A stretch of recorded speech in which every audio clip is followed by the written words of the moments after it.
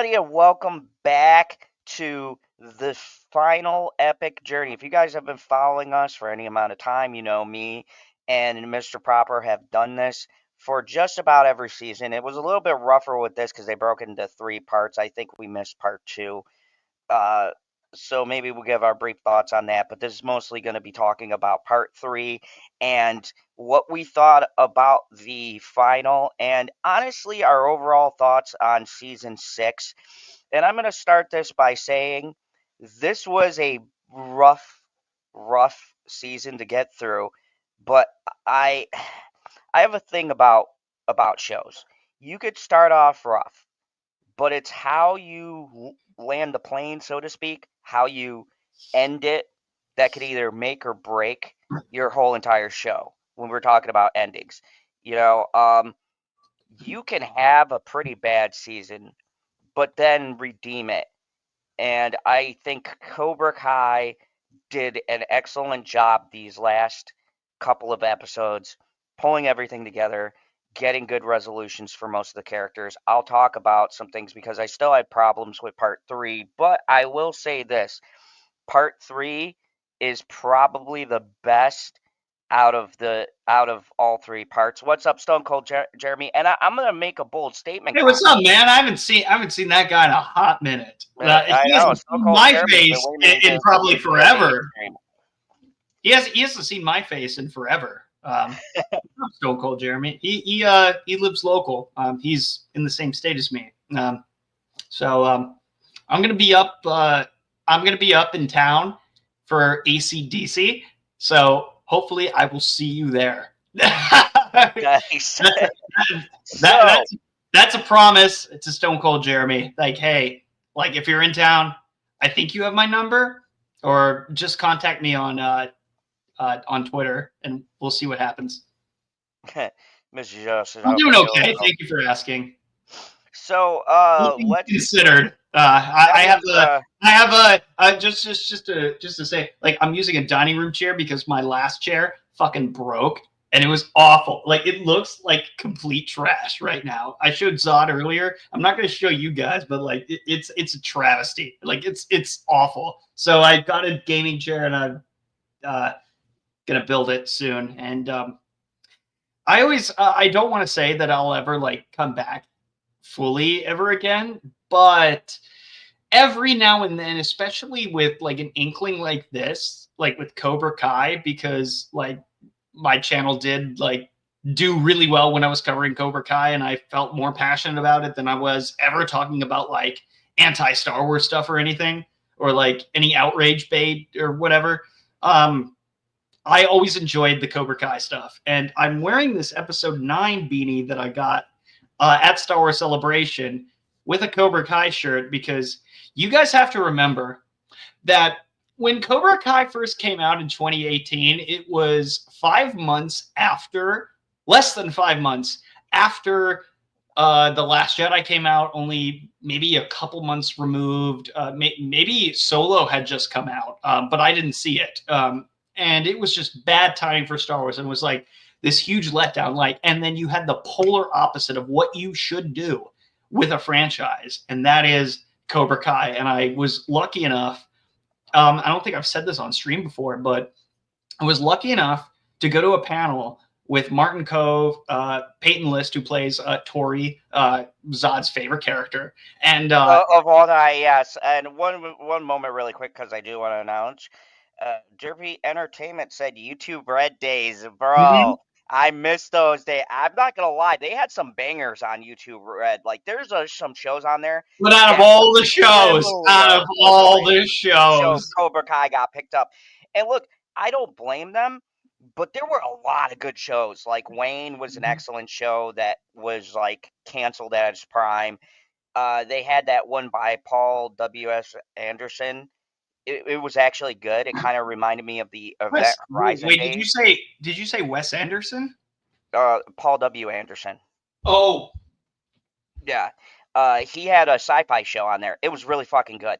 There were a lot of good things, and I don't think YouTube had the backing for production-wise for anything other than like a Cobra Kai, where it's shot very, you know what I mean?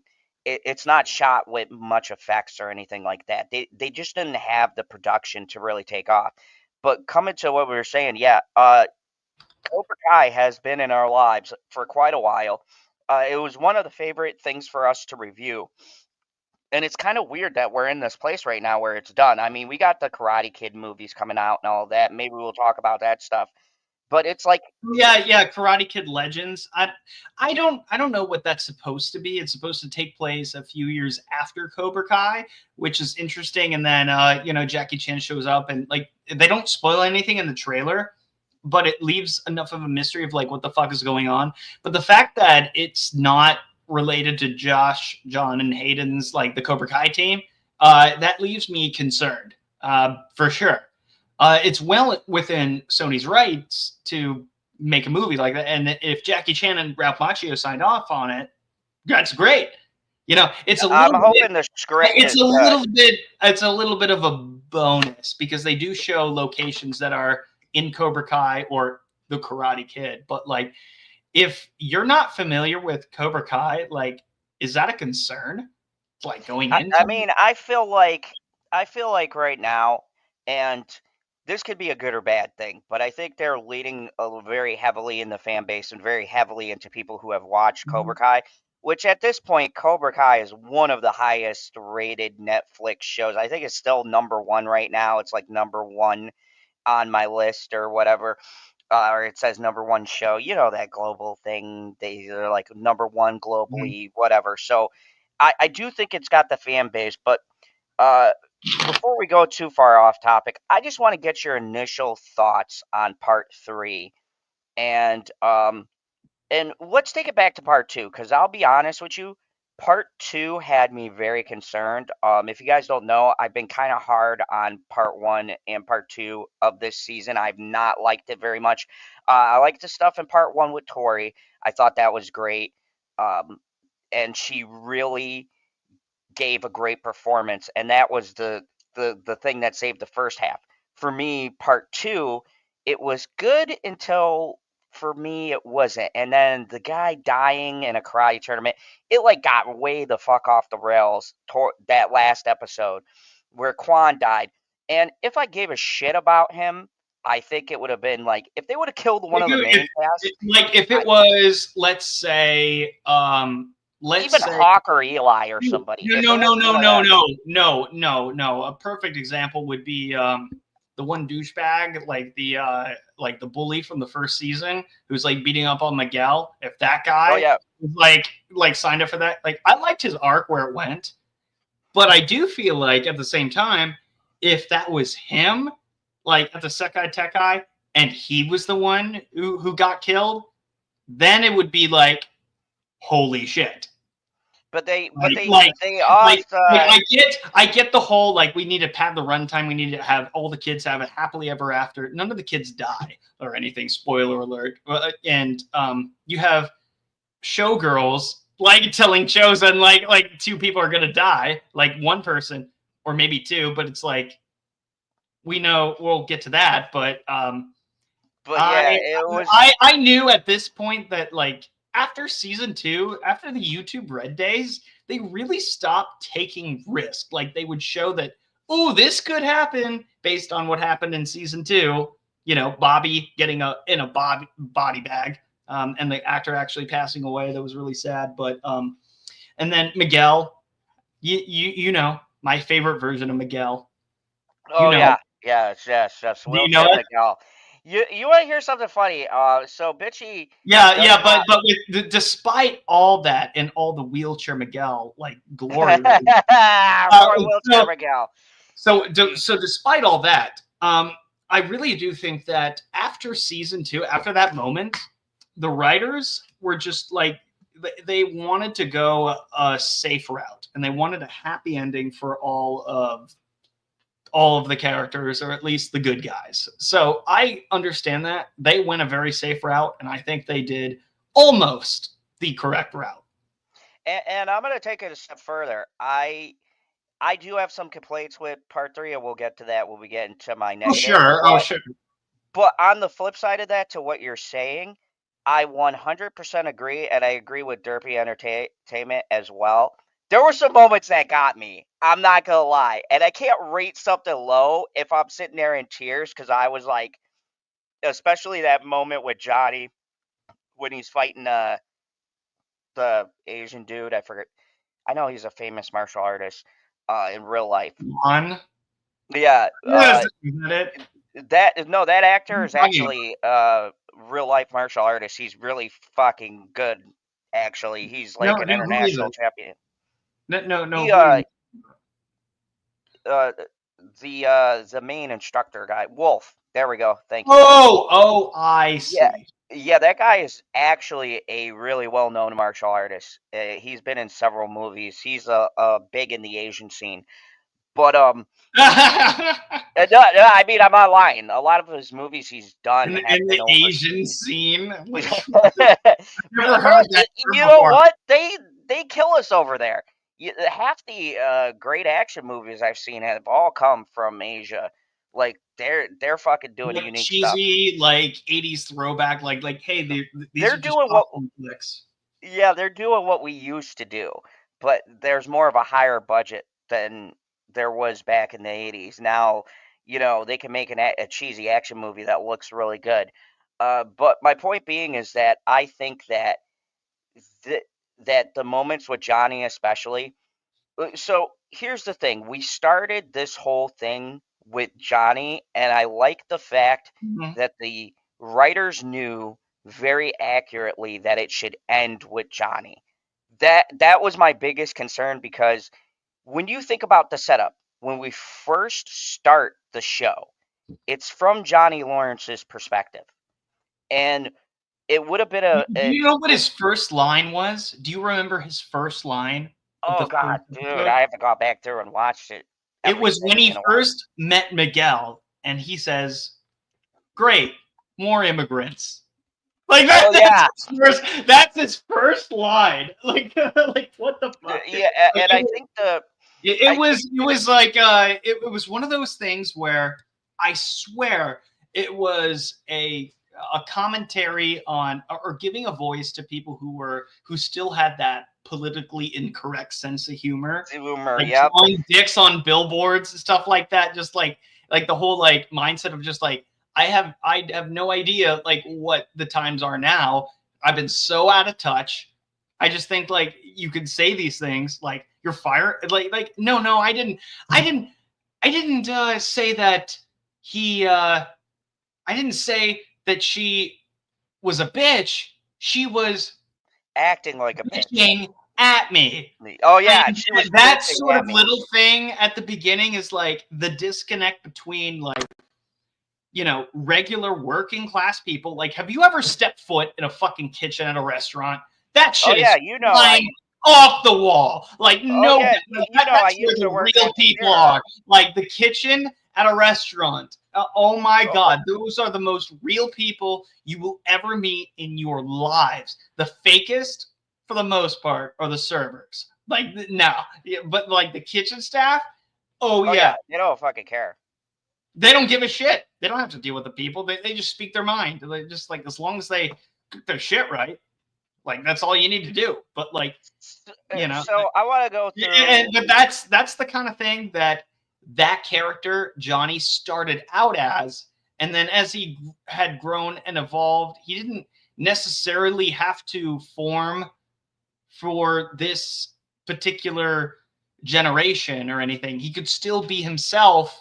And what it taught like the audience is like you can be yourself, but you can do it in a way that's like more productive. Like you can call people pussies still. Like that's nice. Like I love that. Like hey, stop being a fucking pussy, stop being a little girl and like kick some ass, you know? Like it's like one of those Oh things yeah, where it's like the speech that LaRusso gave to him. I'm not gonna lie, I was smiling when he gave him the pep from talk ear to there ear.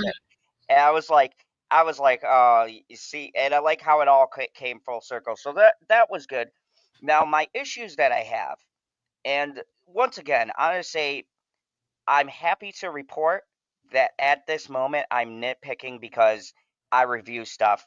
I've got to look at both sides of it. So I can't be 100%. But my main issues that I had was my boy Hawk had no fucking arc in this. It was like they had no clue what to do with him, except for him and Eli bitching about going to MIT. I thought that was the stupidest. Hawk and Eli, you do realize that's the same person, right? Or Dimitri. Dimitri, there we go.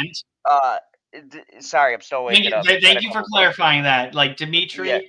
Dimitri and Dimitri, Eli, like I swear to God, like Dimitri, I wanted to slap the shit out of him this season. He annoyed the ever, and then dude, he cheats on that hot ass girl. I'm like, dude, you are not gonna get anybody hotter than that. I don't give a fuck how much money. That was resolved though, very, very appropriately. It was resolved super quickly.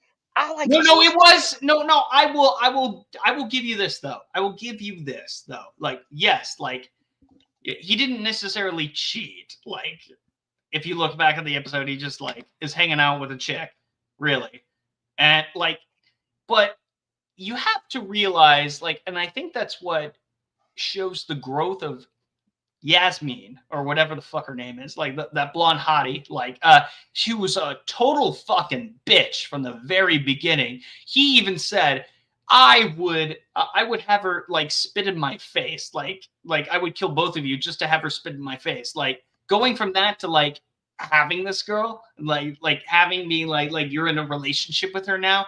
You have to like, you know what you're getting into. You're intelligent enough to like be like, yeah, I know you're the hottest chick in school. I know that you're a fucking bitch, but I still kind of want you as my girlfriend. You know, like that. And then having that dynamic somehow sort of work, like her coming around, even though it was resolved very quickly, I think it could have been done a little bit better. But the arc and the situation, like, you have to remember where he comes from. No, he never gets the ladies. And so he enjoys it for a little bit, and you know, like, yeah, Hawk did him dirty. Like, just like, and like, Hawk got done the dirtiest because I felt like, yes, they did most of everything that they could with him in season 4 and 5. He came a long way, but yeah, I think his arc was complete once he like got his mohawk shaved off.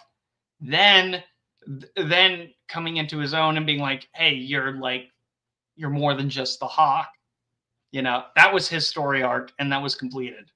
That was done. Yeah, but that's the thing when you have such a big ensemble cast, and this is my issue. And we do mean an ensemble. Everybody is fucking fantastic. Like, oh yeah, everybody is great, and that's, I think, part of my issue is that I didn't feel like everybody got a satisfying ending.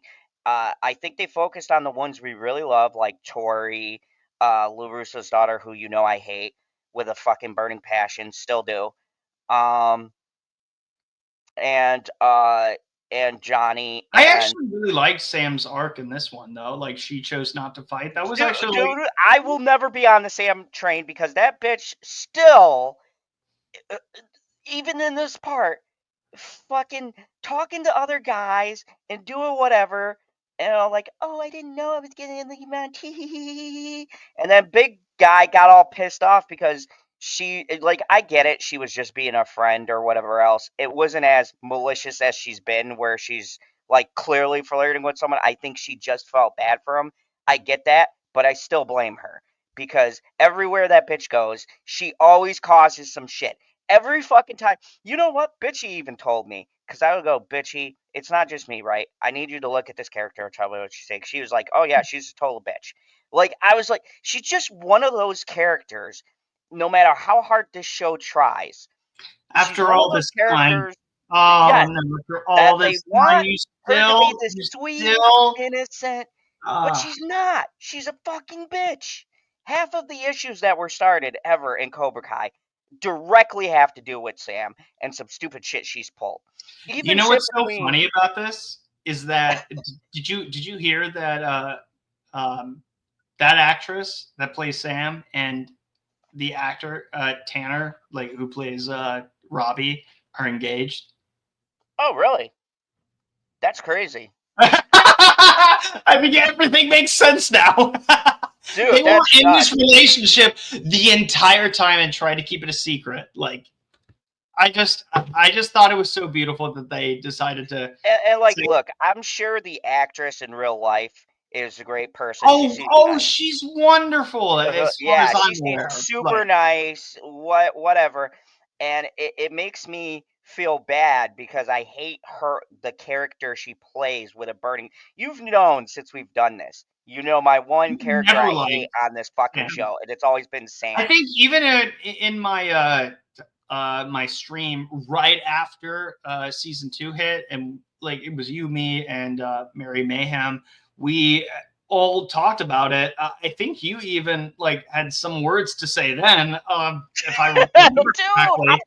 You were like you were like and it seemed so legit because you had this like, first off, you had me. Obviously, you had like a great personality, like heading the channel, and then you had this beautiful woman, Mary Mayhem, and then you had you, who was like you were streaming in your karate dojo. Like, it was like so legit. It was Man, so perfect. I wish we could have done that annually, like every single time a new season came out. I wish we could have done that. Like, that would have been amazing. Oh, rest in peace. You in the dojo, like that's what sold it for a lot of people. Like I read through the comments, like some of them like, holy shit, like you got a karate instructor in here. This is and that's the thing. The other thing I wanted to talk about too, the martial arts scenes, especially in part 2. My biggest issues were like Cobra Kai has always had some kind of grounded when it came to the martial arts, and I felt like part 3 was really about spectacle in a lot of it, and I think why or season 6 part 1 and 2 were spectacle. Part 3, the thing I liked the most about this is it got back to the grounded Karate Kid feel. Like, I could buy the 2 senseis because that's actually happened in tournaments.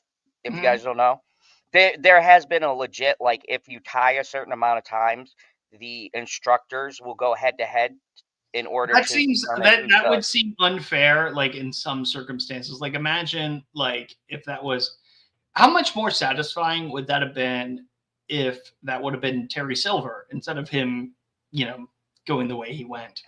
Even though he went was amazing. Okay, so let's talk about that because I got some feelings. I do too. Can I start?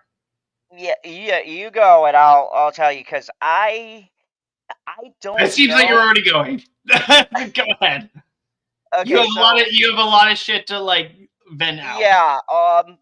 I love Terry Silver, and I've always loved Kreese. I thoroughly enjoyed his redemption tour and what he was doing. I don't know why that one scene felt so goofy to me. And I don't know if I hate it. It fits the Karate Kid over the top shit that they do, especially with the bad guys, but I like I've watched the episodes a couple of times, and when I get to that scene, I'm always just like, this feels like how this should end, but it's super fucking over the top and cheesy. And I think there's a reason for that. Like, I get there's a reason for it, but it's so fucking goofy. Like the cigar, and he throws it, and the fucking boat blows up. And his last words are mercy.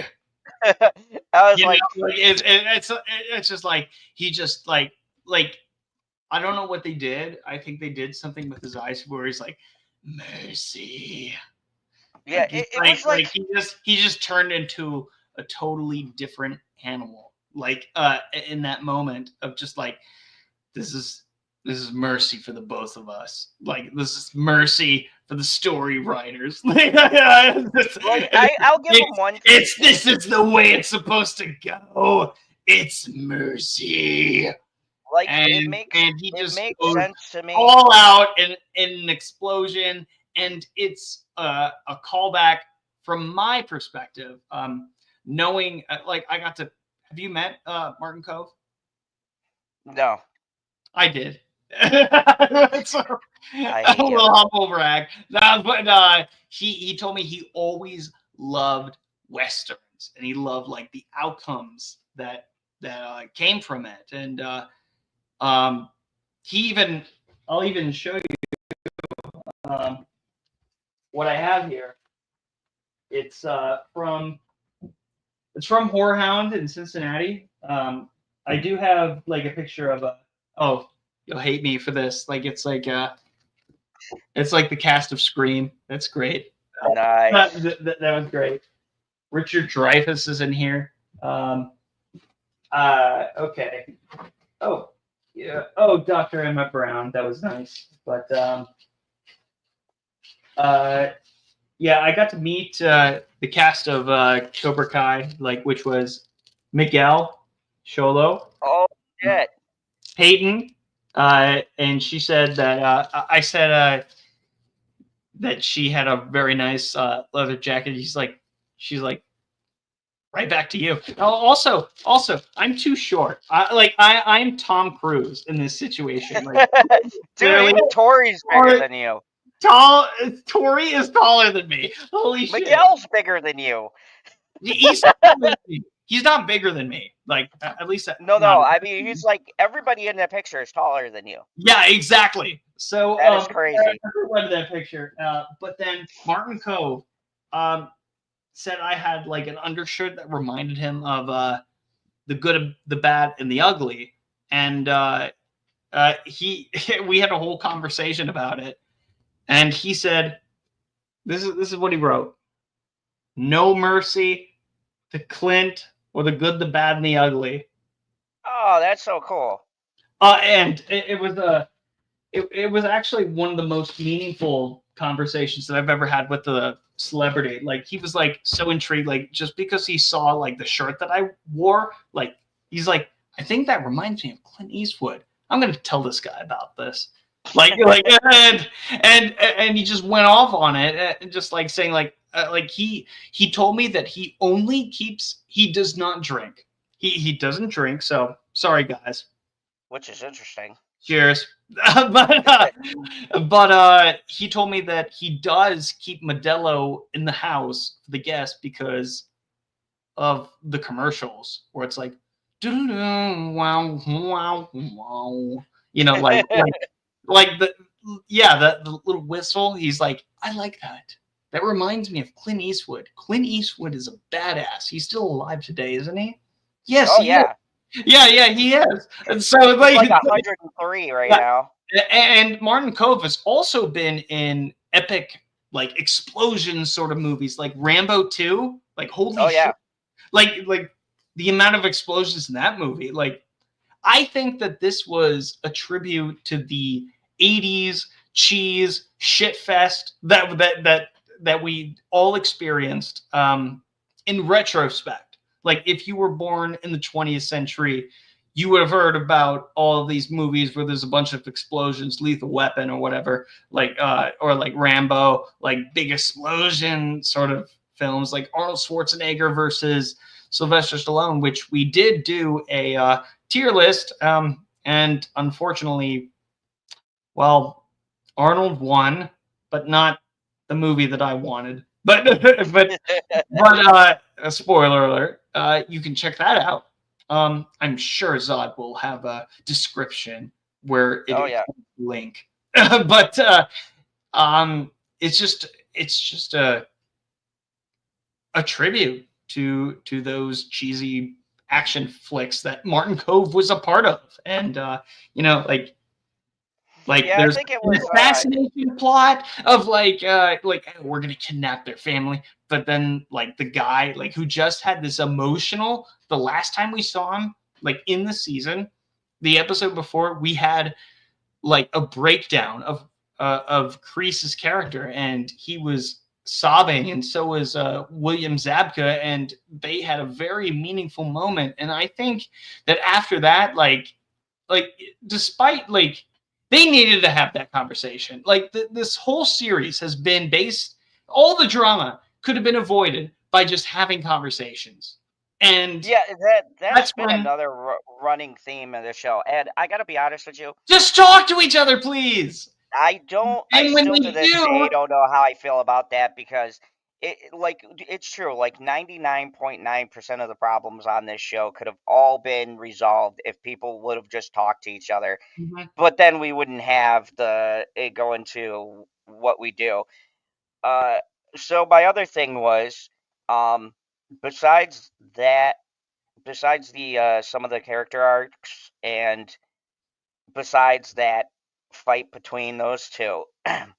Other than that, I gotta be honest with you. In part three, I don't have very many complaints. I think this is the strongest acting. I'm gonna go out and say this, and you guys can chat in the comments and let me know if I'm crazy about this. But I'm gonna say that the last three episodes are probably the best. If we do a ranking of Cobra Kai episodes, I would put these in near the top.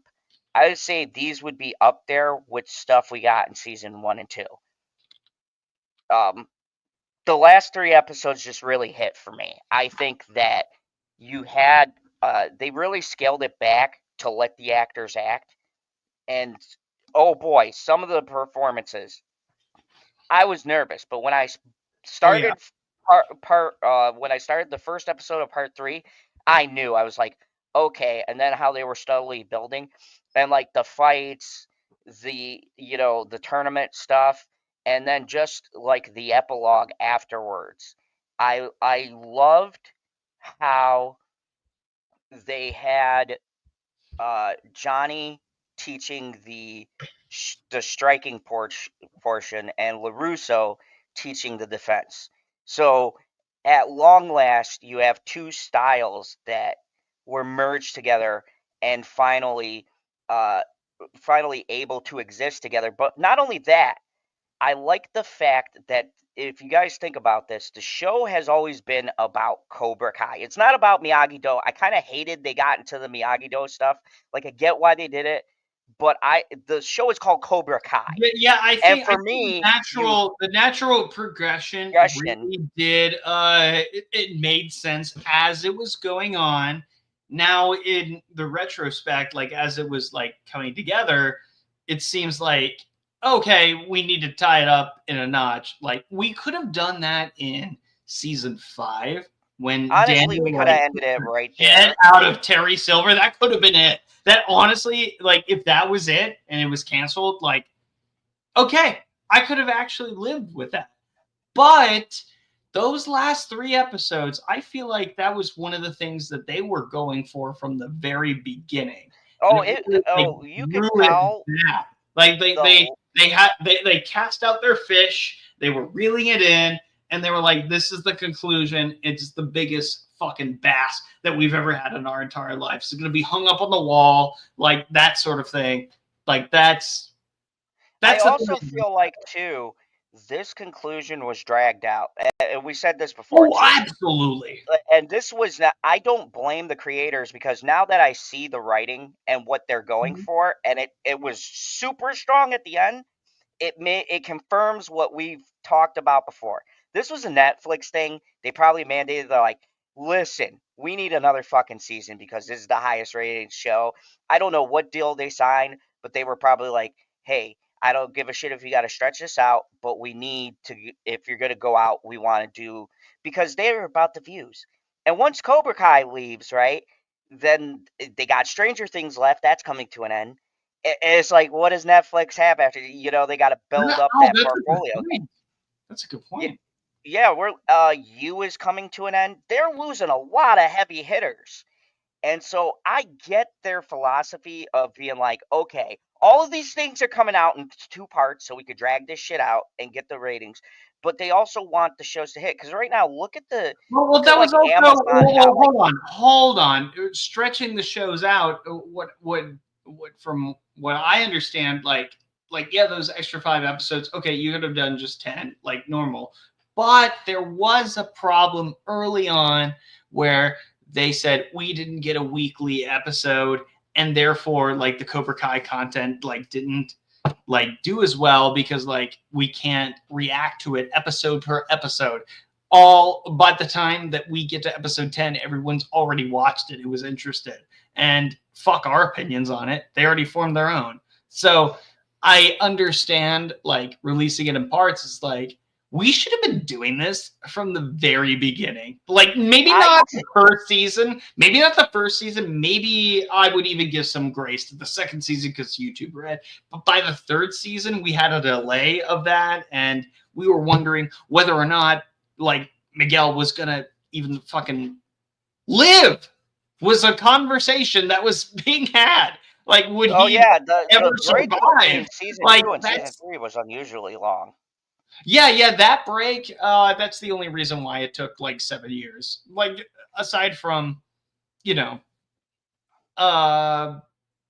aside from the fact that they were switching like networks and stuff like that, like 2020, like I know the pandemic did something, but like, that delayed if I remember that pushed back season 3 because it was supposed to come out earlier. Yeah, I remember it got pushed back, and I think the pandemic also affected that. But it's just crazy that, like, how good these last episodes are, and I just feel like like you said, if we would have had a tight 10 episodes, even if you broke it into 2 parts, I still feel this did not need to be 3 parts. I feel like part 1 and part 2 have like 2 or 3 filler episodes that you could just cut out. They don't even affect the plot at all. And then we discussed this earlier. I think we discussed this a few months ago when the Kreese episode where he got the knife. That was such a fucking useless episode. When we ranked, what's funny about that one in particular is that we ranked the episode. I think it was the 3rd episode. That was directed by Ralph Macchio. We ranked it the lowest without even the fact that Ralph Macchio directed this and he wants to direct in the future, which is kind of nice. Like, but it was just by default. Like, I'm sorry, Ralph. It had nothing to do with you. It was just the writing. We were confused. And the direction of the show has always been good. I think the performances have always been good. It's just this thing. So so look, like in Cobra Kai standards, like if this is like a filler episode, like it's still better than most other shows with their filler. Like at least there's something that we can have a payoff of. Like like all of it. Like, I think the biggest concern that I had when I was talking about that was the fact that Mr. Miyagi is like this secret like criminal or something like that. I'm like, are we gonna see a dismantling of his character? I'm sorry, you're talking to a unicorn, but anyway.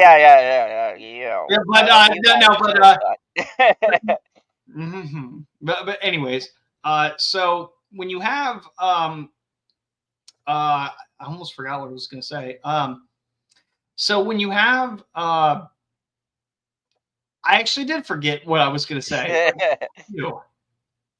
Like, hopefully you were listening to some of it. Like, somebody could get me on track again. But like, I totally fucking forgot. I think what it is when you have so many episodes to end your season, and I feel like they didn't have the story to fill the amount of episodes that the network wanted. Netflix wanted 15. I think at most here they had maybe 10. And if you would have made it a concise 10, I think this would have been the best season because you could have taken the good stuff with Tori and you could have taken the stuff at the end here and kind of mushed it together through the tournament and Barcelona in between there and took the best parts of all part 3. And if you took the best episodes and just put them together and cut out that filler shit just to pad out for time, this would have been a nice, concise, I think, perfect ending. All right, sweetheart. See you in a bit. But the issue I have, and it's been an issue for this is a very tough season for me to rate because if I'm going by part 3, this is in 8 to 9 territory. I thought the end of this was super strong, but part 2 is about a 5 or a 6, and part 1 for me is a 7, and that's because of the Tori stuff. Yeah, but the fact that was really rough. That's like the weakest part. But I don't think we've had time to process as I certainly haven't had time to process as the season as a whole, as opposed to what we've been able to do with other seasons. We've been able to binge it in one day, and the day it comes out, like season 2, for example, like you, me, and Married, like doing that, like we could do that in one day and absorb it as a whole. But having this separated into 3 in the last season, it was kind of weird. Yeah, I have to go back through again and watch it just because we're not used to it, like I if think we I have to go back like through and see separating. how every episode flows, because when you had the break and then you had to wait and then you come back and you're like, oh shit, so you go back to part 1, watch part 1, go into part 2, and then I had to wait, so then we'll go back and watch part 1, part 2, and part 3, and I didn't have a chance to watch them all together now that we finally have part 3 to see how it flows. But as a whole, if I'm doing part 1 as a 7, part 2 was a 5, and then part 3 is an 8 or a 9. I don't know what that averages out to, but can I just also acknowledge something that happened in the last video in part 1? What happened was I forgot to renew my Netflix subscription, and I accidentally watched part 5 first. And yeah, then you I watched was episode 5. backtracking to 1, 2, 3, and I was like leading up to it. I'm like, oh, that's a bold move. Like, I was like, but I was totally.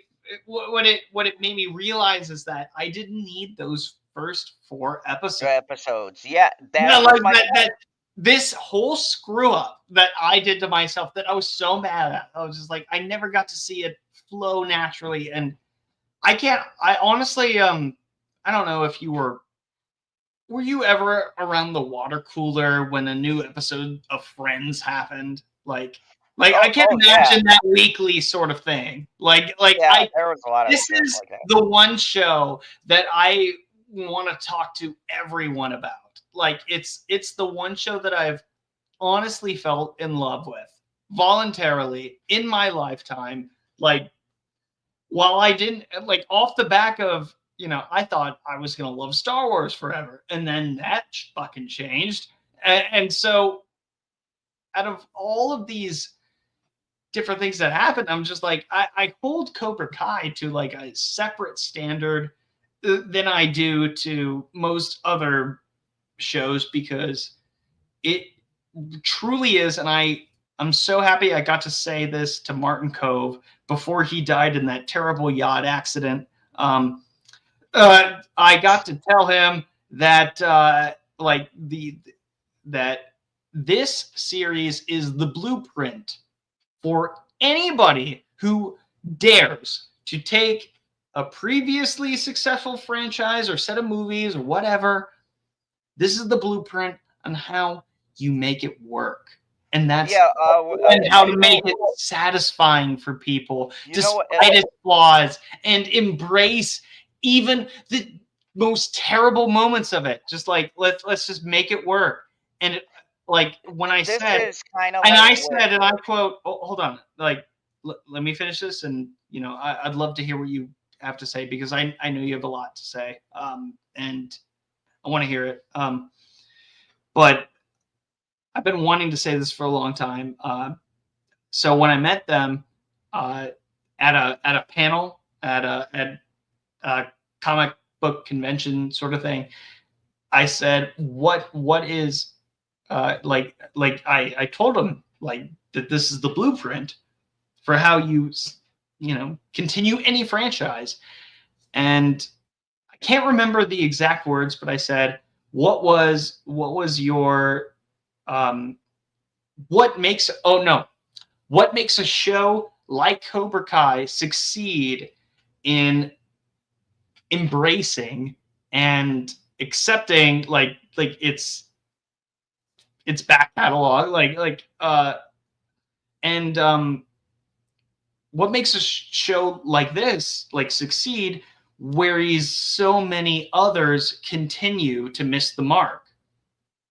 And Martin Kove, I believe, said that it was the response of like the kid. He went into a more generic response. He's like, but ultimately throughout the panel, including Miguel and Tori, Peyton and Sholo, they all said it was the writers and how much love and how much passion that they have for it and how much that they want to see what we want to see. They're in touch with the audience. They get the audience. They understand the audience. I understood that very well when I saw American Reunion, which some of the writers made, like for people who are nostalgic for the American Pie movies. And that was actually a really decent movie. You had Stifler, like dealing with his own like thing, and you had everybody else coming to terms with how old they were getting, and they're older than, well, they're around the same age as I'm getting to. So that's where I'm at, like a 10-year reunion. I'm like, oh fuck, I'm getting to their age. Like, and they're realizing like everything worked for that movie. Like everything fucking worked for American Reunion. And they made it work for American Pie. And they made it work for Cobra Kai. These are just some of the greatest, most respectful writers that I've ever like had the privilege of seeing one of their movies in a theater and seeing the growth of these characters over the last 7 years. Most of them are like new characters that we actually love and adore, that have full story arcs, and you pay tribute to everybody who is already written and try your best to implement all of them, except for Hilary Swank, which, by the way, Julia, like the person who signed them on, that was supposed to be, I have a theory that was supposed to be Hilary Swank. But despite that, they did everything that they could. They went all out on this last part, and this is how you do it. This is how you pay tribute to John Avildsen, the guy who made Rocky, the guy who made the Karate Kid. It's just one of those things that it feels like it's lightning caught in a bottle, and we have YouTube of all things to thank for it. So, oh god, yeah, that's my speech. Go ahead, follow up that side. Yeah, what I was gonna say is, I think I'm sorry if I Oh yeah, dude, I'm used to you going on a tangent, but for my part, I think that what makes this show so unique and why they were able to land the plane is, one, after watching these last episodes, I see they always had a plan. That was my biggest worry. We talked about this a lot. I was like, I hope this isn't a fucking thing where they asked for another season. No, they had an end game, and you could see it at how it plays out in these last episodes. So I'm glad about that. But I will say this, for all my complaints about this season, the worst episode of Cobra Kai will beat out any other fucking show on Disney Plus right now. Like, you could take the absolute worst episodes, or quote unquote worst episodes in this show. I would fucking watch 20 times before I watch an episode of a shitty Disney Plus show like Sail or something like that. Like I'll watch whatever the worst. Like, I want to know, like, what's the worst rated Cobra Kai episode among fans. Like, I want to know, like, what's the worst Cobra Kai episode? I'll look it up. We should definitely do a tier list on the episodes one day too. Like, we should do an episode tier list. Oh, I don't think I can do that. I can do it by season right now, but not by episode. Like, no. I know we could do it by character too. I don't know if we could do episodes, but anyways, I would take the worst episode of Cobra Kai over most shows, and I think to add on to what you were saying, even towards the end of this, I never felt once that it was necessarily the writers or the creative team that wanted to milk the show or keep it going. It felt like a thing, and now that I see the ending of the show, it definitely felt like Netflix trying to get. And you know what? I can't blame Netflix. When you have one of the highest rated shows ever and it's ending, a lot of execs get worried, like, oh shit, what are we gonna do? Because like we talked about earlier, they're losing Stranger Things. They're losing some pretty heavy hitters over at Netflix, and then you've got shows coming out on Amazon that are just fucking crushing it right now. You have what is that show that Perp got me into them, or there's a bunch of other different shows on Amazon that Reacher, and Oh, season 3 wow. is coming out. They got a bunch of Secret Level was pretty good. They got like a lot of different shows now coming out on Amazon, and they're really becoming strong competitors. So it's it's crazy for me to see the end of this and be so happy with it, because I'll be honest with you. If you guys don't know, and you've probably seen my review, I'm a huge fan of Yellowstone. Have loved the show, but its final season was absolute ass. And what happened was, if you guys don't know, Kevin Costner had left the show, and they had started this storyline, but he left in the middle of the last season.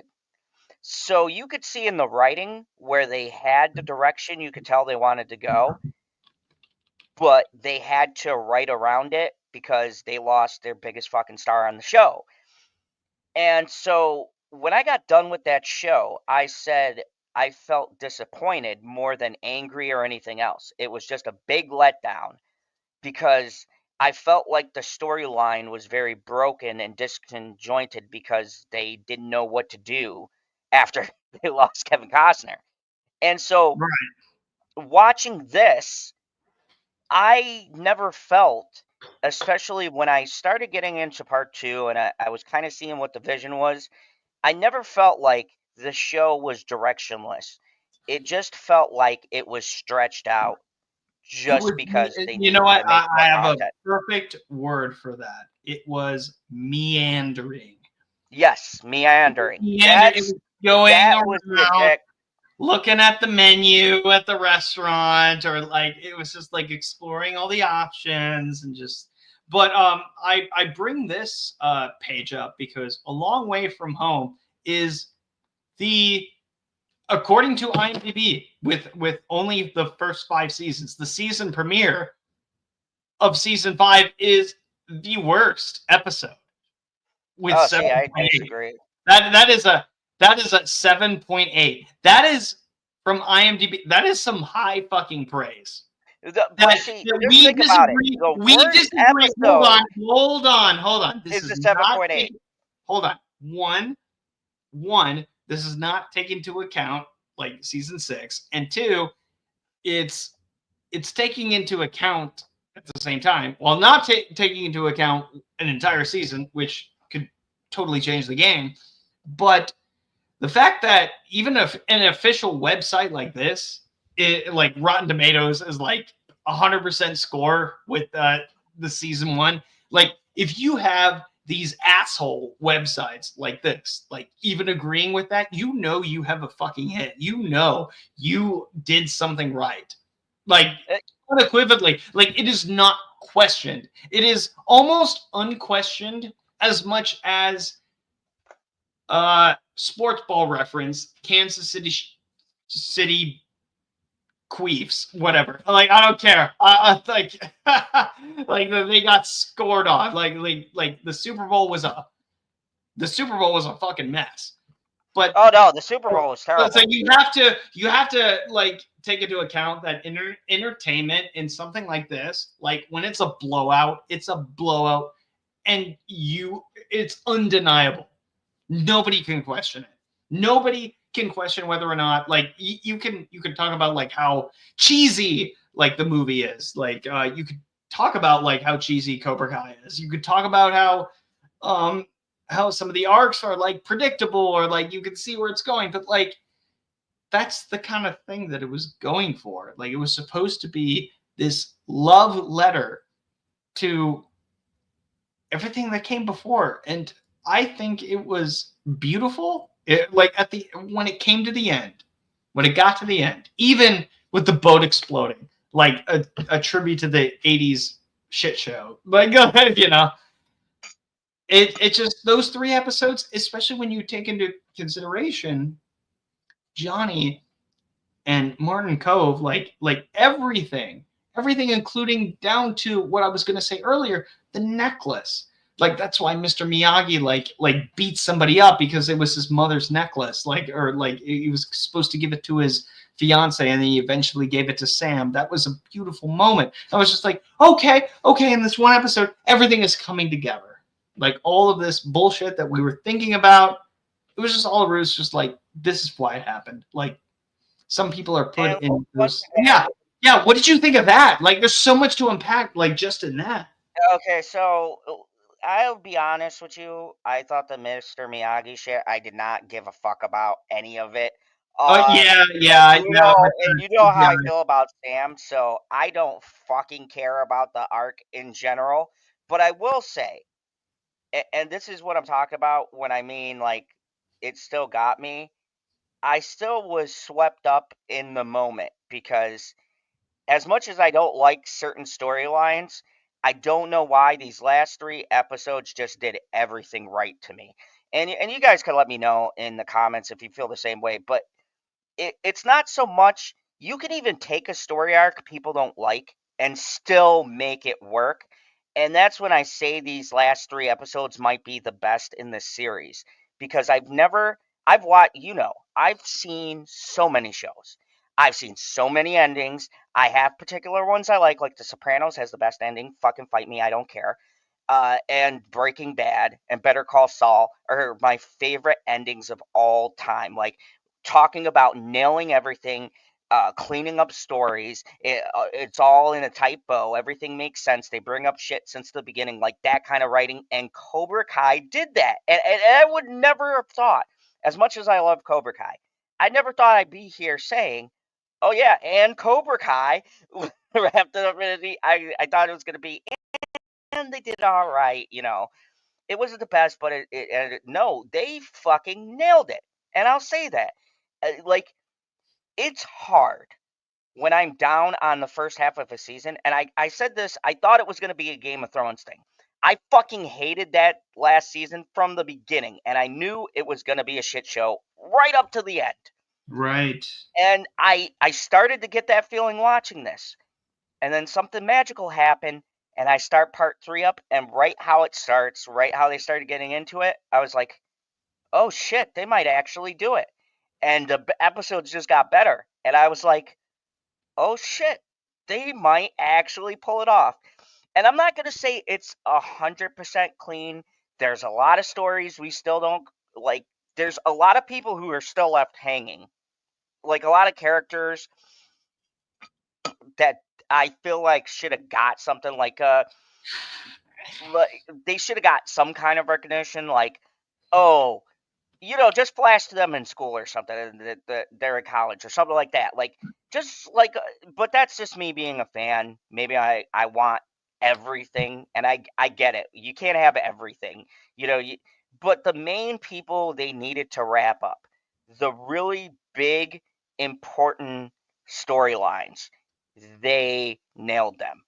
And for me, the most important things in a series as a whole is how do you begin the series and how do you end it? Because it goes to who I can recommend it to. Because you don't want to recommend a show where you go, oh yeah, but stop at like season 5. Like, you know what? You don't. It could have been that if they had gone for a season 7, then yeah, we could have been in that yeah, we'd be having a different conversation. They're like, I feel like I feel like they were like, yeah, like we'll do. Yeah, you're right when it comes to like Netflix extending the episodes, but like I'm not going to complain because there's more Cobra Kai that and now that it's over, like this precedes my YouTube career. Like this precedes like me even like this was a weird conclusion. Like this is a period of time where I was discovering all these YouTubers and it inspired me to make a channel of my own, just because of the fact that one movie installment was not good enough. Like it did not do itself justice. It caused a lot of division amongst a community of like well supported people, and just like it really fractured everyone. And this, like, I tell people, if you had asked me 15 years ago, if if they asked me 15 years ago, what would be the most successful continuation of a franchise out of I all of them? wouldn't have said Karate Kid. That would Out have of definitely. all of them, the fucking Karate Kid is the That best. would have never. That would I never on my bingo card. Exactly. I would have said, fuck you, wax off, you bitch. Like, there's no fucking way that that's ever going to happen. In fact, I'll handshake on that right now. I was wrong. It came out of nowhere. No advertising from my perspective. Like I never, like, I just like heard inklings of it, but I never really like heard too much about it. I just like checked it out on YouTube because it was a thing, and then I was like considering making a channel at that point. So I bought premium and or YouTube Red, and it just went from there. And it was the best show that I've ever seen. It is the best continuation of any pre-existing franchise.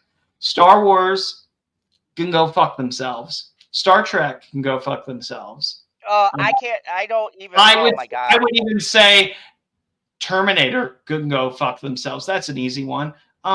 Any other previous franchise, like the Creed movies, pale in comparison. They're I mean, on. but to They're be fair, on.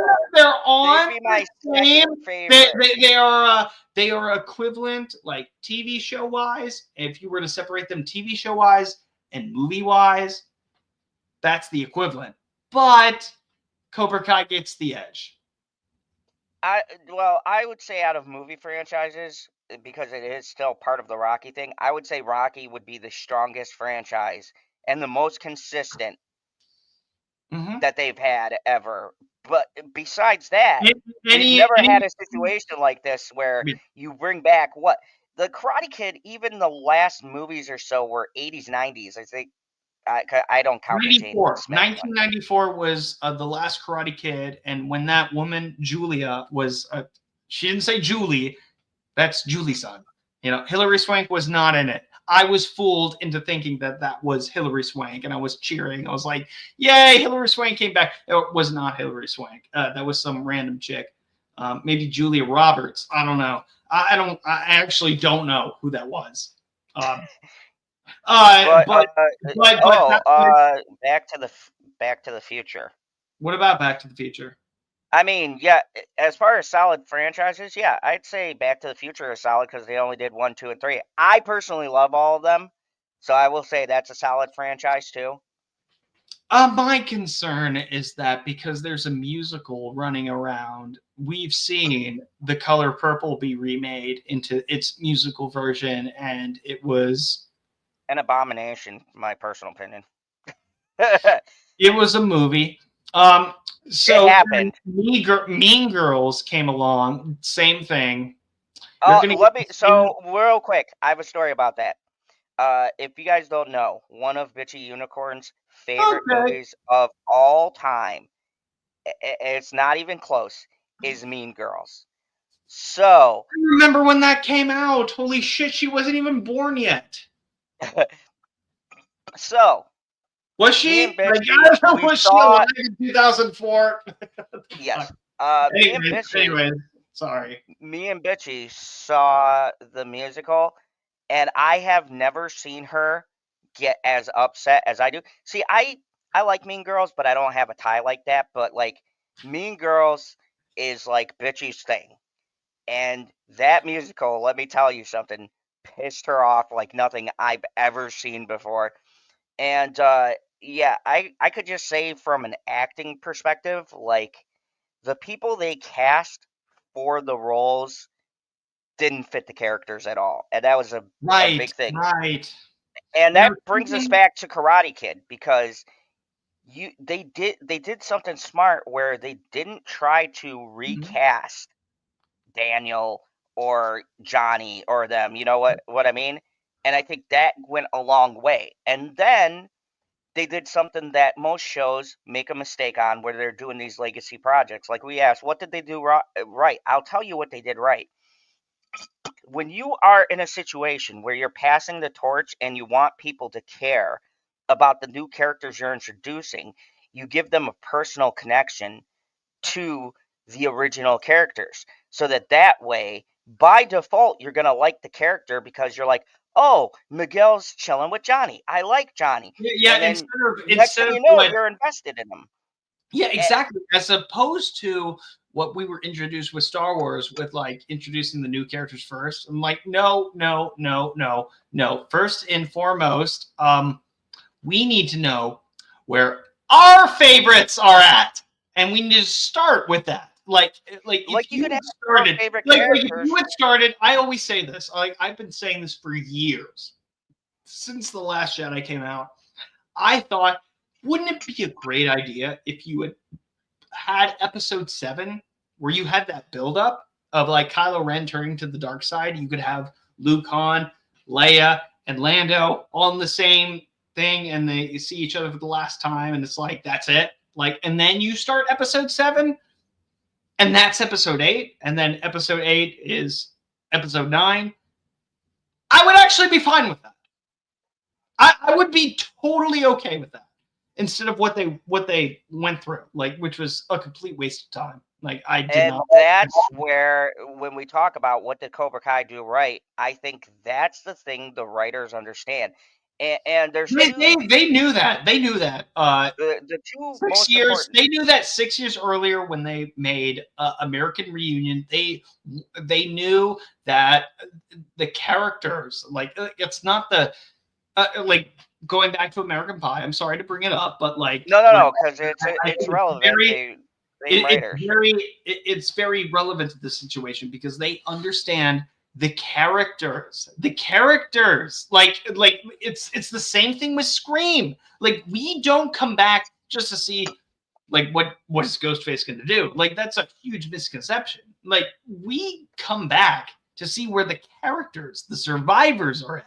We want to know where their lives are at. Like, we really want to know, more than, anything else, any aesthetic thing. Like above, like some characters like kicking somebody's ass. Like we don't care about that, unless it's, from a perspective that, like, makes sense narratively, that, like, gets everyone going, gets everyone riled. Like, don't be afraid of those crowd pleasing moments, because that is what's going to really bring it home. The crowd pleasing moments, and it's not to the detriment of the story, because it makes sense, and it makes sense. And that's the issue. And I'll be coming out with a review for this later if you guys are interested. I will have my review of Captain America: Brave New World. We were talking about this earlier, but it pertains to what we're talking about now.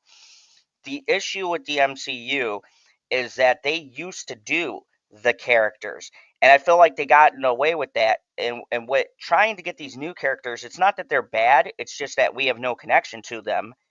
You have like 15 shows you have to fucking watch in order to figure out where everyone fits in, and it's a giant mess. And somewhere along the line, I'll be right back. okay, so somewhere along the lines, they lost the character arcs. And I think what we're saying here, folks, especially with Cobra Kai, is that the thing that this last season does really well, especially this last part, is that they ended it on really strong character moments. And you guys also can let me know in the comments or comment back, or whoever's watching, you can tell me, you know, how you guys felt about the character work. Because for me, Cobra Kai has been more than just the action moments. If you guys don't know, I'm a martial arts instructor. I appreciate the martial arts end, but I think the thing that the show did well, and the thing that the show really nailed, were good interpersonal moments between the characters.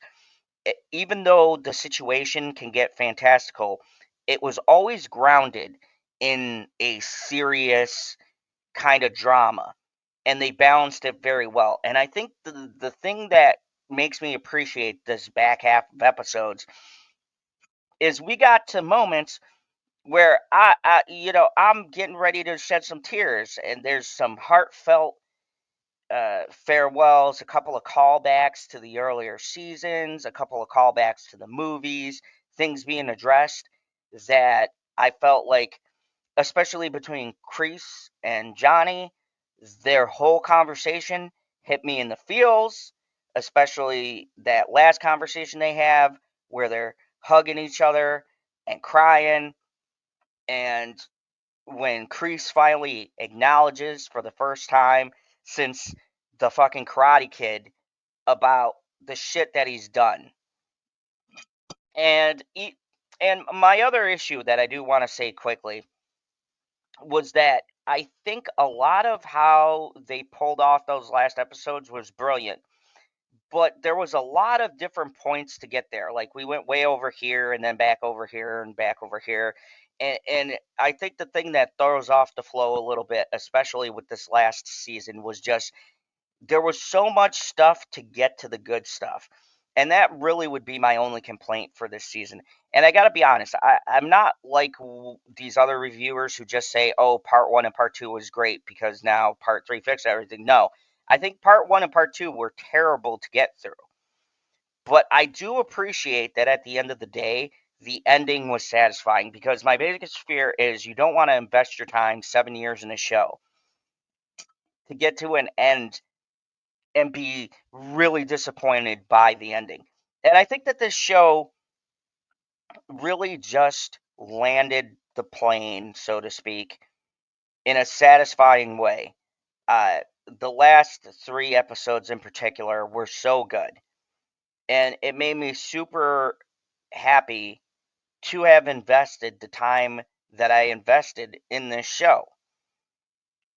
And I think that's the biggest thing when you're watching these television shows. It's like I was saying, can at the end of the day, can I recommend this as a watch? Like, for instance, if you guys know my channel, and I'll be doing a review on this because I haven't, but Dexter Origins came out. It was great, by the way. I'll have a review on that.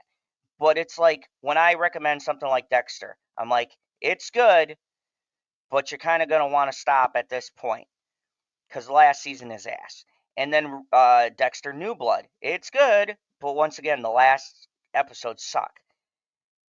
And so this is a show where I'm glad to say it's a little rough in the first two parts, but the final episodes really pay off everything you've wanted to see paid off in the show.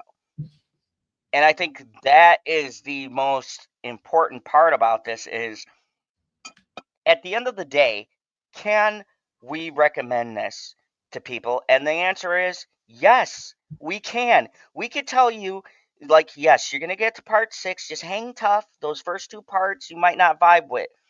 But we promise you the ending will be satisfying. And for me, that's the biggest victory for this show. I was so nervous.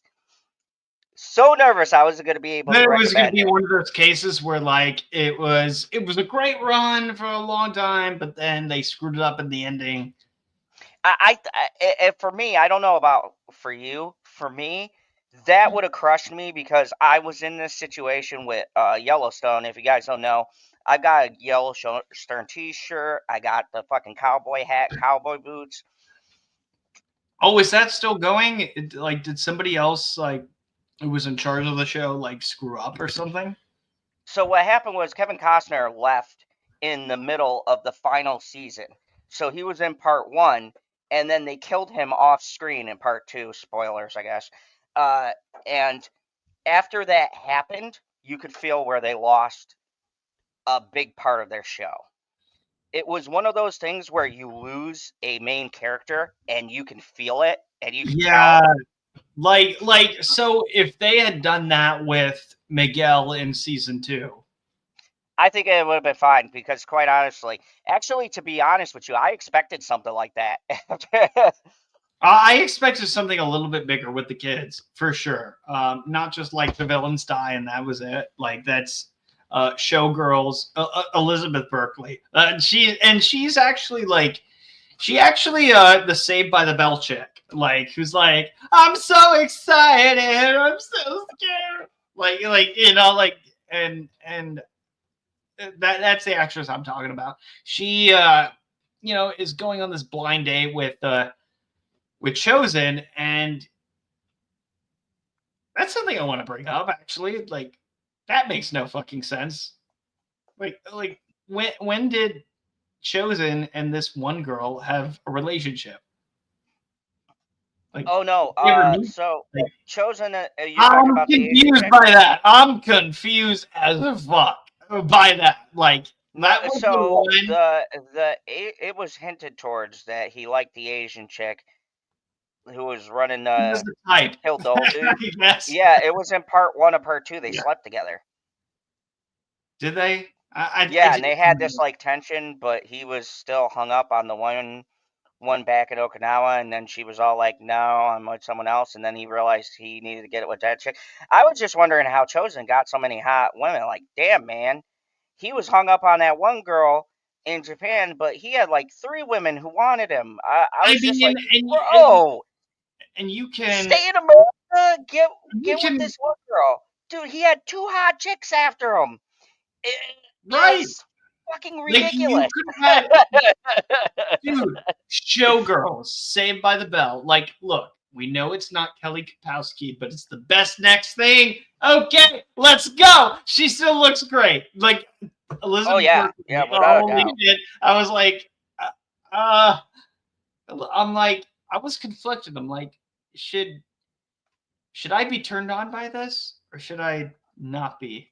Like, and that's a testament to like the moment and the writing and the setup. And I'm like, should I root for this or should I not? But then the fact that she was like very understanding about it, I was like, that's kind of nice. I can, in a way, I can put this Cobra Kai shit,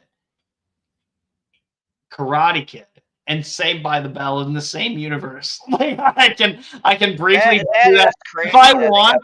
to in my head canon, I can do that now, which is really fucking awesome. But that's another example of like a show that didn't quite like get where it needed to be like the show that it wanted to be.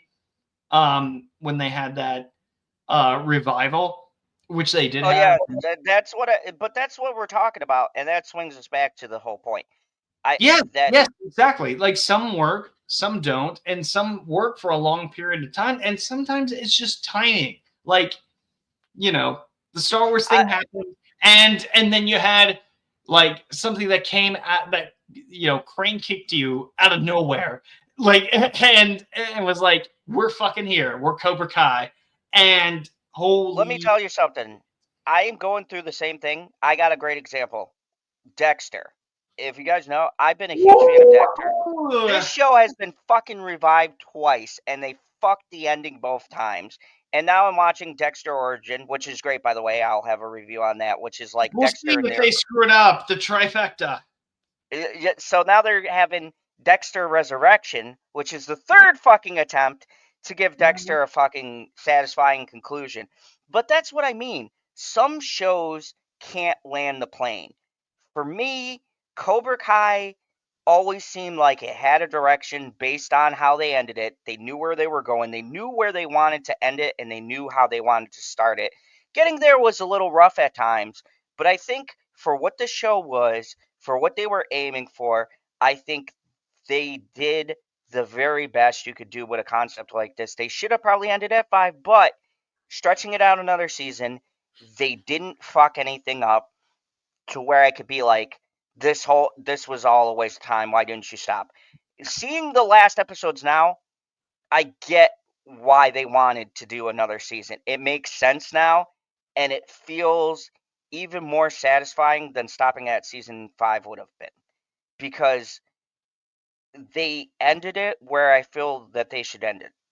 Cobra Kai should have been the focus point, but in a good light. If you left it at season 5, Cobra Kai was in ruins. I like that they put Cobra Kai front and center because at the end of the day, the name of the show is Cobra Kai. It's the story of not only Johnny redeeming himself, but Cobra Kai in general redeeming itself. When you look at the The series, establishment, you know, yes, and that's why, you know, you have, you know, like I was worried like a little bit like in those last moments of John Creason, like I need to step aside. He needs to step aside like so many times. I'm like, is this a moment of, you know, clarity, or is it a moment of cancel culture, like sort of thing? Like, is like where are we going with this? Like, and I no, think it's no, legacy. but He knew but he had to give it up to somebody who could still take his ideals. And when you look at the show, that's what it's been about.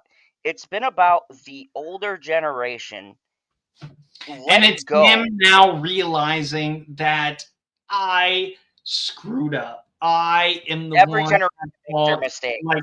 Like they explained it like very thoroughly. And in that one episode when they're having that heart to heart, they explained it so thoroughly that like it was like I feel like it was in simple English, like in that Wikipedia setting, like simple English as opposed to like English, like just like complicated words and stuff like that. They just simplified it. They're just like, this is what we've been like. This is something that they clearly thought about in season one. Like this is our end goal. Like if season 4 doesn't happen, if season 3 doesn't happen, this is our end goal.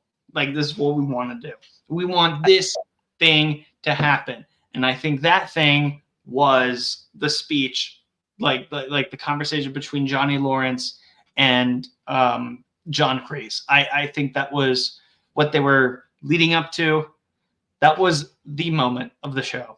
Like that was the For Paul. me, for Yeah. me, the most for me, the most powerful moment, if I have to put like a scene, and probably one of my favorites in this whole show, was the cutting between Johnny Lawrence giving his speech that we saw him give in the first episode to Miguel about being the nervous and everything. That one. To Yeah. me, the, Let's the mission go. statement and best the best part and what I loved about the last episode is seeing the evolution of now he's got more students and you see more kids that need his help, and also the harmony between Russo, because them realizing like, hey, I am strong in this, but you're strong in this, and together teaching both styles, they've finally made a harmony where you can have Cobra Kai being its own thing, Miyagi Do being their own thing, but when they work together, they form a complete package. And it doesn't have to be one or the other. And I think, okay, I'm gonna get super deep. I don't know if the creators thought of it this way, but for Ooh, me, ooh. Oh, what the I message think they may was. have. I'll reach out to them. So I don't know them. for me, I believe what the message is, and it might be even obvious to other people, was balance has always been a thing they stressed in the show. And I think for me, the overall message of the last episodes were finally that Johnny and LaRusso balanced each other and didn't realize it. They spent so much time hating each other that if they came together, they were actually completely balanced because without Johnny, LaRusso would never be attacking an issue or going forward with his life, and without LaRusso, Johnny would be charging into everything and wouldn't think first. It, the ending clearly shows that they need each other to keep each other grounded, and that the overall mission statement is not one style or the other is bad. It's the harmony that both styles create that makes the perfect martial arts. Because when you think about martial arts in general, every style has a weakness. If you took two arts, like a defensive style and an attacking style, put them together, you have quite possibly the greatest martial arts in the world because now you have that balance. You have a balance between defense and offense. And that not only translates to the martial arts, but life in general is about balance. And for me, the ending works so well because it's like they're not only best friends, but they can talk to each other about personal situations. It's like they're always going to keep each other balanced. And had they known that years ago, their lives probably would have went in totally different directions. But now that they're here at this point, they've finally realized that they balance each other, and they've helped balance the kids by helping each other out. And I think the overall message of the show is that you have to have balance in everything that you do. Life's not just about, you know, turning the other cheek and everything else. And it's not all about just being the asshole. You have to balance the two to have the right response. And not everyone is going to have that. And I think that that is the whole message behind Cobra Kai, is that life, martial arts, whatever you're going to go through in life, it's about being balanced in your choices and your decisions. Not everything is black and white. Not everything is a perfect answer. And it's Yeah, the yeah, people you surround yourself with. not everything is a simple straight path. Like everyone has different paths than you, and you can't just use somebody else's path as a roadmap to just do what you want to do. Like there is no road path for your life.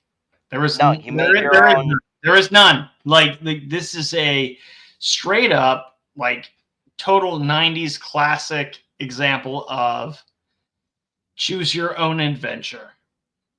Like that's what it is. You choose And your own adventure. You can make it as fun or as awful as you want.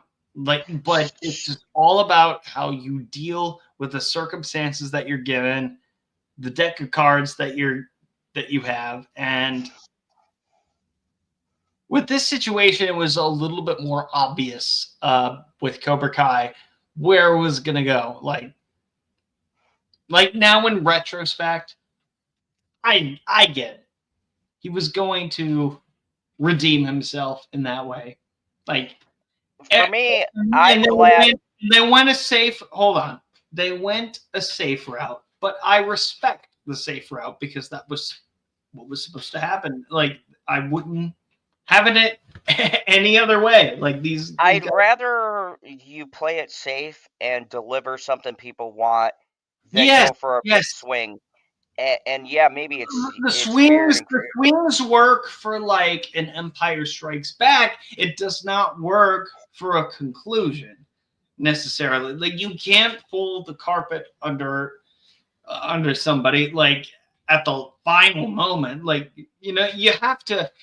Like this is what storytelling is supposed to be. Like this is a story, ultimately, of Johnny Lawrence going through the loss of the Karate Kid Part 1, dealing with his life, and then coming across some kid that, again, his first line was, great, more immigrants. That shows as much of his character as you need to know. And he's like, well, we're actually from like Riverside, but like, anyways, like this total fucking nerd like is trying desperately to like be nice, and somehow he ends up being his sensei, and it's unrealistic, but it's the kind of story that like I think a lot of people should take note from. Like going full circle, like you need to understand where the character is, where the character is going to be, and even if it takes you a long time. Like sometimes I feel like shows like Girl Meets World, for example, that was a Disney Channel show that was a spinoff Spin-off of Boy Meets World, and Sabrina Carpenter, who just won a Grammy. Like good for her. She was like one of those characters that was like I saw what they were trying to do, but they couldn't do it because Disney was like, fuck quality. Like they were actually trying to do something, and while it was like really it's sort of tried to mirror And I think if they went fully through it, it would have ended like 5 years ago. Like honestly, like it would have ended 5 years ago. I don't know how long. Like they could have done like a Boy Meets World sort of run of 6 years before the pandemic, and then crap out, and then do that whole story. But they didn't do it. But the fact that we get to live in the world where we got that satisfying thing, like with Cobra Kai, that doesn't happen very often. No, I can honestly say. You understand that this never happens. Like we never get this. I will give you my examples again. Sopranos. When the fuck did that come out? Like 90s, 2000s. That was a satisfying ending. Breaking Bad. Better Call Saul. I am talking about pre-existing franchises from before you were born. Oh, maybe. I'm talking about endings in general. Just the way I'm talking about something different. I think we need to. No, I respect what you're saying about The Sopranos and everything, but no. I'm relating it into how you end your show. There's very few shows. Yes, 100%. But I think there's a distinguished category of pre-existing franchises. You know what I mean? Like if this happened with Star Wars and everyone was all united over the Endgame ripoff of Episode 9, that's why I was wearing that fucking beanie. For the longest time, I did get this at Star Wars Celebration. But look, man, they didn't pull it off. They fucking sank that shit. Like, with a pre-existing franchise, this is rare territory. To be honest with you, I can't think of another pre-existing franchise that has actually pulled it off. I'll give you that. One that's 30 years old, like before you even started, never be another show like 35 years, and then you come out with this Cobra Kai shit, and you knock it you crane kick it out of the fucking park. Like, no other pre-existing franchise has done it. Name me one. I'll wait. No, I already told you. I can't off the top of my head think of a pre-existing franchise that made a comeback and made a #1 show and then ended the #1 show in what I would consider a great spot. Like, this back half was so good.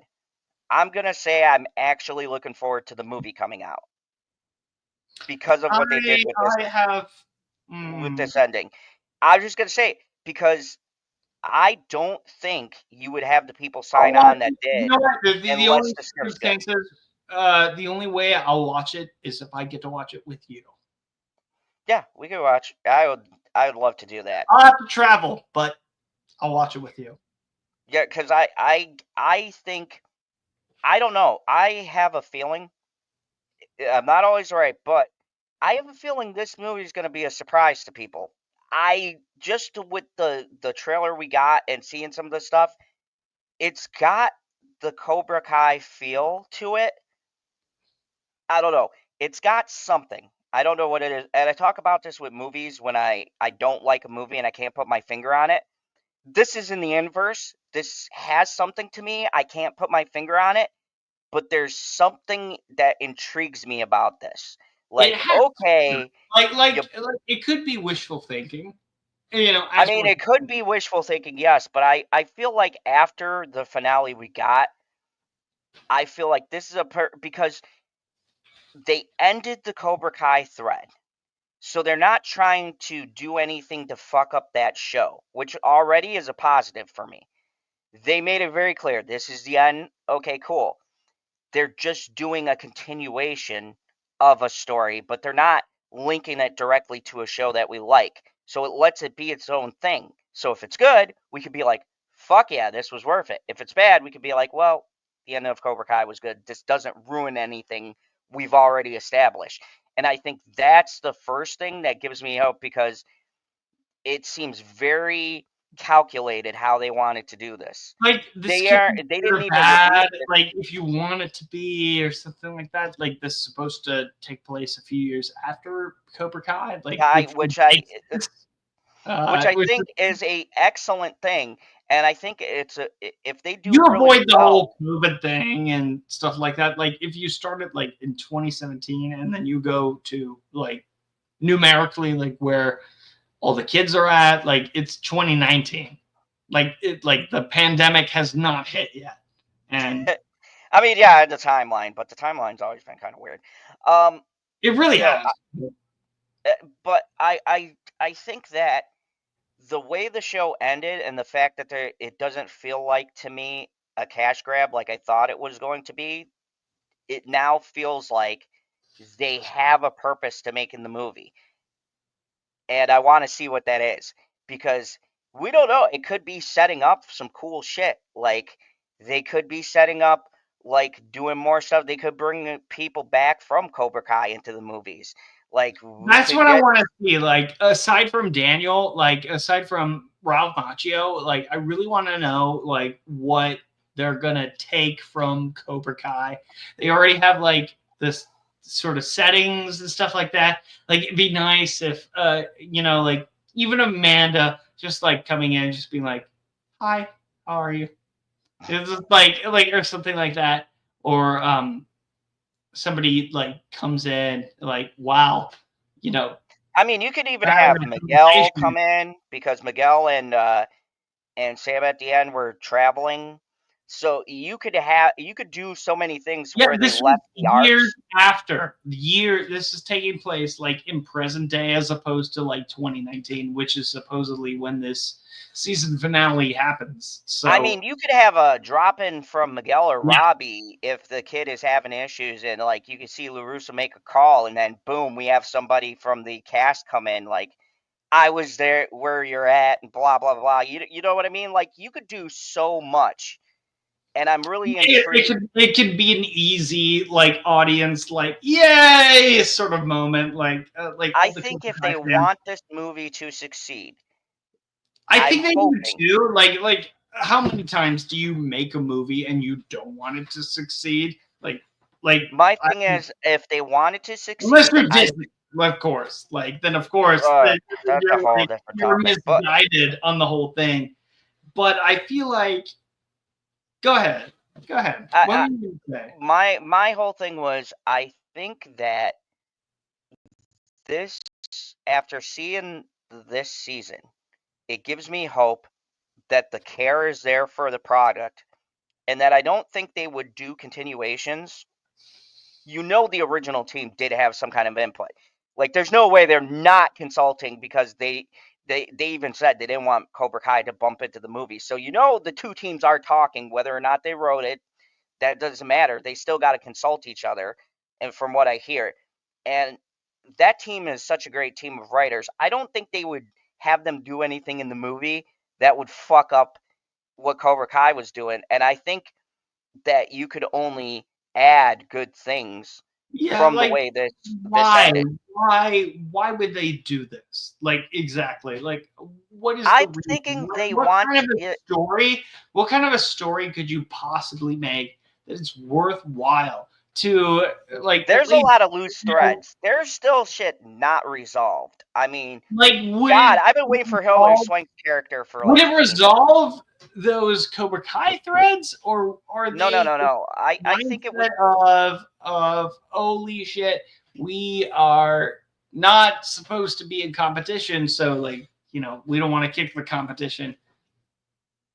Anyways, we can schedule around the season finale and stuff like that. But what kind of mindset does somebody have to be in to be like, okay, we're gonna have a movie. We're gonna have a movie right after Cobra Kai. Like, what kind of a movie do we make? Like, there's nothing that we have right now. And I'm curious as to what the future is, because this is it. Like, this is gonna be, if it's bad, I'll be honest. If it's bad, this is going to be like, like a sort of after show sort of thing. Like, I'm not going to take it as seriously as the series. Like, if it's bad, like I'll consider this series as like the penultimate. Like, this is it. This is what happens in my headcanon.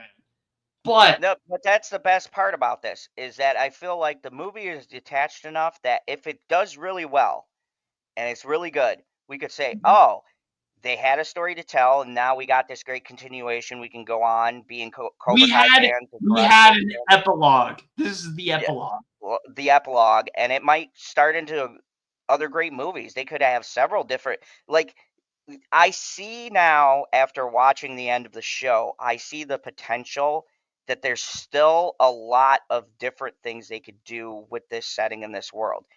There's a lot of things they could just focus on the adults. They could do a movie just about the kids, like maybe, hey, where are they at now? Fuck, I'd watch a Robbie and Tori movie. Yeah, I know you would. Like, and that's the thing. I haven't been excited about a revival of a franchise in quite some time. And I gather from where you're at least curious. And that's the good part about this. Now, don't fuck up the movie. If they do a great job with this movie, and then we could go, oh shit, they're really cooking, that would be great, because now we could almost revitalize the movie end. Because this helped kind of tie up the loose ends from shit we had like in the 80s. But now we can start a brand new generation. We could do we brand tied new up Karate all Kid of the stories. loose ends of the 80s. I think we can. And just to summarize, like, a number out of 10. How Kreese and Terry went out. Just like, is that how you would have done it? Or did it fall flat? Like, where on a scale of 1 through 10? Ooh, that's tough for me. So, as you know, would you like, of course, Kreese, hold on. In the course, like, of course, like, within the context of like this series, but how would you, whatever your score is, we'll respect it. You'll explain it. But how would you have made it a 10 out of 10 in your perspective if you have disagreed? To be honest with you, with the Silver and Kreese thing, I like the fact that they faced off. I wouldn't have done it on a boat. Like, I would have had it more personal, like maybe Johnny witnesses them kill each other or something like that. Like something just a bit more personal. Like where Johnny would acknowledge the fact that Kreese never got to see like him actually succeeding. Which I would have done it to where Johnny sees the sacrifice Kreese made, because it's not really acknowledged. Nobody knows. Nobody knows. At the end, it's never acknowledged. Really me too. It's just like nobody knows what Kreese did. Nobody knows like what he was about to do. Like, I mean, like kidnapping his family, like, and stuff like that. And the fact that like he knew about it, like, that's a whole thing within itself. Like, you should have addressed that in the last episode, where it's like, hey, I know he's not here, but Miyagi isn't here either. Now you know what it's like to be to be on your own. Like, that's a point that I think that was missed. Do you know what I mean? There was it's just, for me, it's not necessarily how the characters went out, it's just the scene itself and the way that it shows. But like I said, small nitpicks. I got a question for you, because sure. This is the big one. So I want to do a small, like, little mini ranking, and then our overall score. But what would you give part 3 as a score? Just part 3 itself, and then we'll say the whole season in general. But just this last part, where would you score it? If we're just counting the 3 episodes, I give it a 9 out of 10.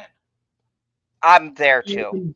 The entire series as a whole, a 9 out of 10. Actually, I think it is. No, No, I did.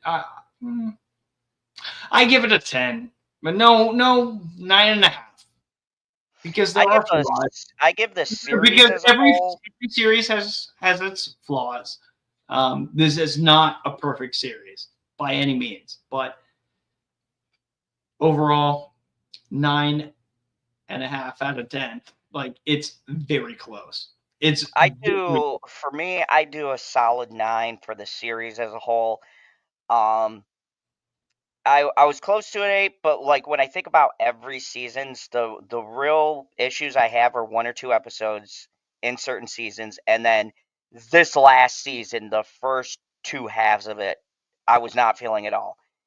But like I said, the I didn't ending, even know that, honestly. Like, you gave like everything a 7 out of 10. I think yep, our overall scoring of the first third was 7.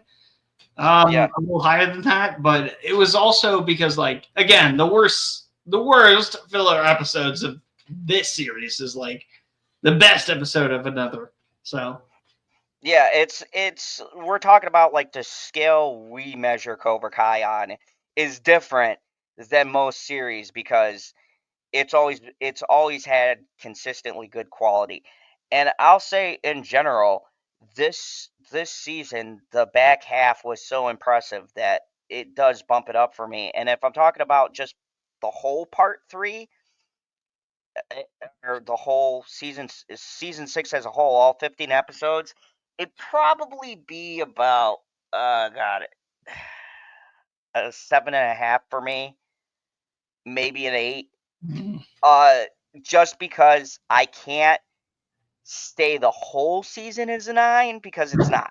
The yeah, first yeah. two I mean, parts were fucking terrible, but I will say single-handedly those last episodes retroactively made the rest of the season good, which is why I'm going up to an 8 for this season. Or yeah, no, I'll do a that's 7.5. actually a perfectly reasonable assessment of that. Yeah, because I'm not going to say a show or a season of a show is great because you pull off the last couple of episodes perfect and you have 2 or 3 in between there. I got to take it as okay, 15 episodes. Out of those 15 episodes, maybe 10 are good, but then you got like 5 you didn't need. That's a lot of filler. That's a lot of episodes that I feel like we could have cut out. If you just made it a 10 episode season like the rest of them, I think this would have been perfect. That's just Would have my made it. opinion. If you took the best parts of part 1, the best parts of part 2, and then the rest of part 3 and just smash them together, you'd have a flawless season. And I don't blame, like I said, I don't blame the writers or the producers. I solely blame Netflix. We've confirmed Netflix wanted to stretch it out. It's not even a question. So I don't blame it on the showrunners. They are in a difficult position where they got to do what they're asked to do, which is to create this set amount of episodes for the company. And when you have to stretch it out, you could see where they were kind of going all over the place to keep it going to get to the end point they wanted to get to. But still, even the worst episodes are better than most television. So that's where I say it's hard for me. I probably land at a 7.5.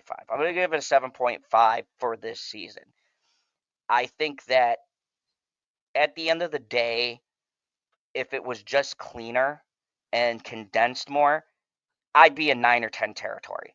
I would even Yeah, say this would yeah. be The on the different caliber of deserves. the first season. That's how that's how much the last episodes impressed me. Like hand to God, I'd be like, this is we started strong and now we're ending strong. But the only thing that messes me up is that we have to have 3 parts, which we didn't fucking need. And so I have to ask myself if I go back through, yeah, I'm going to be skipping some episodes because A, I know I don't need to watch them, and B, they don't contribute to the overall thing. And that is my only gripe with this. And it's when I'm pulling shit out of my ass to try to get, make it fair. The show is good, folks. I can tell you, honestly, this isn't a waste of your time. Watch this show. This is one of those shows that you get every couple of years. And I'm going to say all of the No, writers, the you don't. directors, the actors, they should all fucking be proud of themselves. this is one of those shows we get every 20 or 30 years. Me and Justin will be fucking dead before we get another good show like this. I'm convinced because, like you said, the criteria is so limited. Reviving a series, making it good from a pre-existing IP. This is like Avengers. You won't I get told this you again. we're in uncharted territory. We have never experienced a franchise like this. If we did, Hey, rookie. we would have been celebrating Terminator 3 like it was the real Terminator 3. Like, as opposed to James Cameron every few years just going like, oh, this one is the real Terminator 3. This one is the real Terminator 3. Oh, that's what we were talking about. Really, we know it's just gonna be as shitty, or like, what kind of shitty is it gonna be this time? Like, as opposed to being excited and being like, oh, I actually believe you. Like, this is actually gonna be a thing. Like, this is amazing. Like, that never happened. Like you never get that in movie form. I think you got it with Top Gun Maverick. Oh yeah, that was a perfect example of bringing back a franchise and doing something. Mm-hmm. But like I said, though, we're talking about a movie that became a TV show, and I would say is more popular than the original movies. More popular than the original movies. Oh yeah, like our generation, Karate Kid is popular, but think about the newer generation. They are more going to be talking about Cobra Kai, and the reason why they'll go back. There's no required reading. You don't have to do anything. You don't have to watch the other movies. Like, you could just watch these movies and be totally caught up and totally fine and totally fall with all the storylines. Like, it all makes sense. It makes perfect logical sense, based off of just the movies. Rookie Critic says, I agree, Justin. I agree with everything I say. I'm curious which part you agree with me. I think it landed the ending for the most part. I know lots of people that never saw Karate Kid that loves Cobra Kai. I would love to meet those people because the earliest memory that I have, ironically, of Cobra Kai or anything Karate Kid related, before I saw the movies, it was when I was starting to I was in a rough place, and I decided that I was going to take up karate at like the rec center, and I took that up, and not too long after I had done that in like 2004, it was like third grade, I saw that I remember it is instilled in my brain when Pat Morita died. Like, was very much instilled. And the only thing that I remember from the movies was a girl bowing to Mr. Miyagi. Oh, they used the next Karate Kid, like, from that. Like, holy shit. I was like, what the fuck? Like, in retrospect, it was like, hold on a second. It just improved me. Like, it made me like be like, okay, Mr. Miyagi has multiple students or something like that. Like, this guy is like the karate guy. Like, and he passed away, and I like kicked ass at I don't know. It was the first time that I had ever broken a board in my life, and I fucking kicked the shit out of the competition. I just broke a board. That's all I had to do in this tournament. I didn't have to fight anyone. I just had to kick something. And I was like, this is great. And that was all the motivation I needed. And so, hold on one second. Parallax made a great point that I wanted to address. He said they should have brought Dre from Karate Kid 3. I had forgotten about that character. Well, that's the point, like, that they're gonna drive from. Yeah, I agree. 20 years or younger, had never seen the Karate Kid. I think this show did exactly what it was designed to do. If you've never seen the original Karate Kid, check them out. They're all on Netflix. You'll have a great time. All It's back four. when All they made four. movies an hour and a half, so you don't have to sit there for fucking 2 hours. And they're great You movies. get I love them like all. imagine this as a kid, and you're like you discover this series that like it's totally new, and you think it's original, like, and it's like a Netflix original, and you're like, this is a great show, but then you realize that these are from movies that were made like before I was born, when my parents, like for some of the Shit, it kids, was close to when I was before born. their parents were born, before they were born, like, and they just saw it on VHS and stuff like it. They were like, oh, these are like fun films, the Karate Kid films. Yeah, like the first one was really good. Second one was like, eh, and the third one was like, what the fuck is going on? And then they managed to reel all of that in, even the cheesiness of that, and they made it like significant, like in terms of plots in the show. But you don't need required reading. That's why, like, I don't recommend very many shows to a lot of people, because some of them you have required reading. Like some people said, "Oh, do you recommend the Clone Wars?" Somebody said that to me, and I'm like, I don't watch cartoons. I don't care. I don't give a Dude, shit. Clone Bad Wars was so great. example. Still to Bad this day, I don't example. understand your Bad philosophy. example. Hold on, Lee. I'm getting to my point. My point is, you don't need like any further context with this show. Like it's just, it is what it is. So that's the I will magic. say Clone Wars makes episodes 2 and 3 of I Star heard. Wars much I heard. better, because then you get all of the context in between. But I get what you're saying. This is the kind of show that if somebody just watches Cobra Kai, you get a sense of everything because they explain it to you in flashbacks and things like that, to where you don't have to go back through and necessarily watch the movies. But if you do go and watch the movies, then you go, oh, okay, that's why this makes sense to this. So it's one of those situations where they did a show Some that of them, was, some of them, you would have thought of about it like on your own. Like on yeah, your it's own, like one of these guys, like Michael something, like he said, like the Karate Kid, like it starts off as the Karate Kid is about a violent sociopath named Daniel LaRusso, and totally takes the side of Johnny Lawrence the entire time. And people think that, oh, it's about like the How I Met Your Mother episode, but around that time is when that video came out, and so like a lot of people think that that guy, Michael, I don't remember what his name is actually, but yeah, like it's, yeah, he does exactly like what the blueprint is for Cobra Kai. Like it's the only reasonable thing to do, and I think going that route is the only way to go. And you know, it just proves that you need to listen to people. You need to listen to fans, you know, fan theories. You know, if it's something like a friend of mine made a sequel series on Netflix about One Flew Over the Cuckoo's Nest, which you could think like, how the fuck could you do something about that? oh, But Miss Ratchet. That was he it's a made good show. Ratchet. Yeah, yeah, he made Nurse Ratchet, and Dude, um, that show was fucked. I loved it though. it was That very was fun. crazy.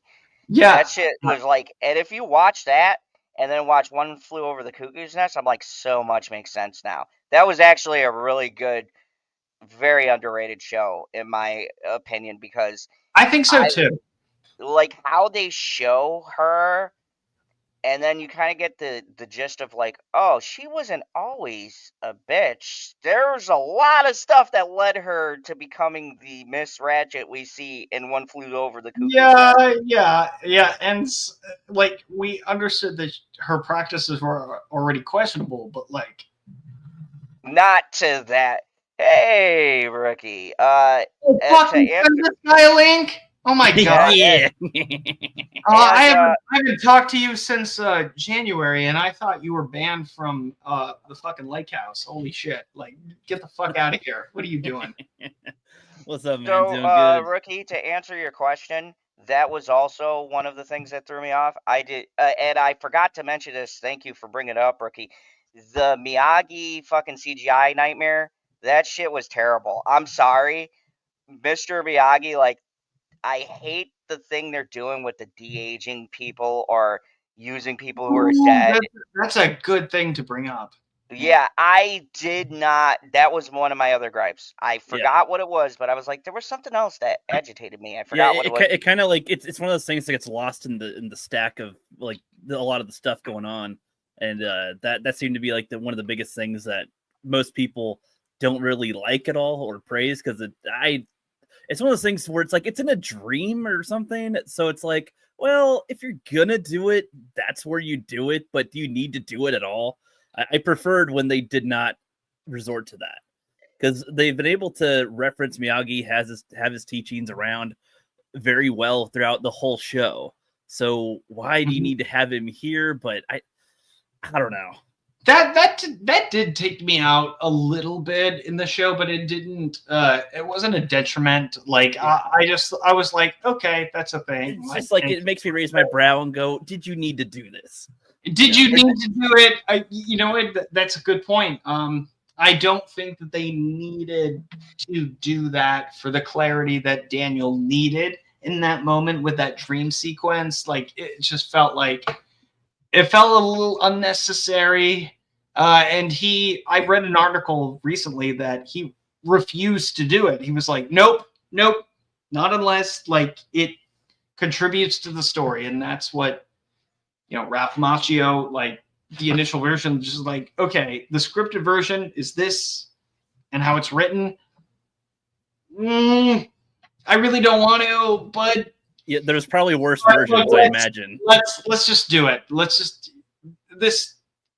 If this is what's going to bring it back together, like the fact that the only reason that was there was because Daniel needed to restore his faith in Miyagi, and the fact that we found out in the last or penultimate episode is that this necklace is what that whole article of like this Mr. Miyagi character assassination thing was about. Like, it was all about this necklace, and that Daniel's mother said, like, Mr. Miyagi gave this to me, like, before he died, and said it was for you. And I think I'm gonna be honest, guys. That whole explanation before and all that bullshit in the first part, and into an extension the second part of season 6, that made it worth it. Like, but it was stupid. It was stupid. I get it. This is what I'm talking about. Okay, but hold on. It made sense once you got to those last 3 episodes. Hold on, I haven't asked. Could have made or break the series. I haven't asked Rookie because we gave our scores. I said I'm about, for the season as a whole, a 7.5, because I'm taking into account part 1 and part 2 I was heavily down on. For me, a lot of the show is saved at part 3, the back end. Like, right from the beginning, I was like, oh, they're going to fucking land this. I was nervous. Like, after part 2, when they did that fucking stupid thing with the kid I didn't give a shit about dying, I was like, oh my God, they've officially gone off the fucking track. The shark has been supremely jumped. And I'm like, how are they going to reel this in?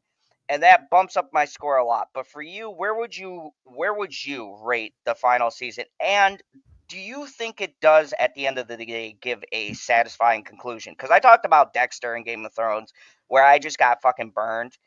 And I could say at least you landed the plane. I can forgive shitty episodes in between a show. Yeah. As long as I see where you were going with it. Now, I don't think they needed all the extra shit they had to get there. But it felt very much like this was always the plan. Not something that was thrown together, but this was always what they were going for at the end of the day. And I feel that in the writing. And that's why I give it a bit of a higher score, because at the end of the day, even subpar, we were just talking about this, subpar episodes in Cobra Kai are way better than half the shit we've watched. Yeah. You take the worst episodes of Cobra Kai, I'd still watch them over some seasons of shows. No, I agree. The worst parts of Cobra Kai are better than most things, so that's good.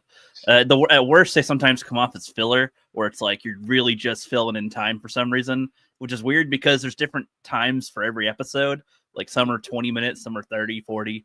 Like it's weird, but yeah, it made sense if it was network television, but like Yeah. on streaming, it's like it's your own time. Like, yeah, just honestly, just do what you think needs to be done in the episode, even if it's like 15 minutes. Like that's fine.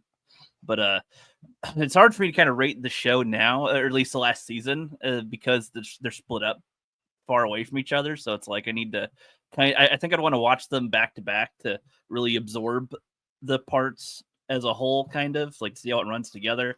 I feel like they had a lot of great concepts, and this is what is kind of annoying. I feel like season 4 and 5 were okay seasons, but those ones again felt stretched out a little longer than they needed to. They could have gotten to their point. I feel by condensing it would have made it better, cutting out some of the stuff, or maybe holding off on some things till a certain point. And I don't know, because there's things in this one. See, you didn't like the kid getting killed. I didn't care about the kid either, but I thought that was a great kind of on the world scale of karate being filmed and most attention on it ever.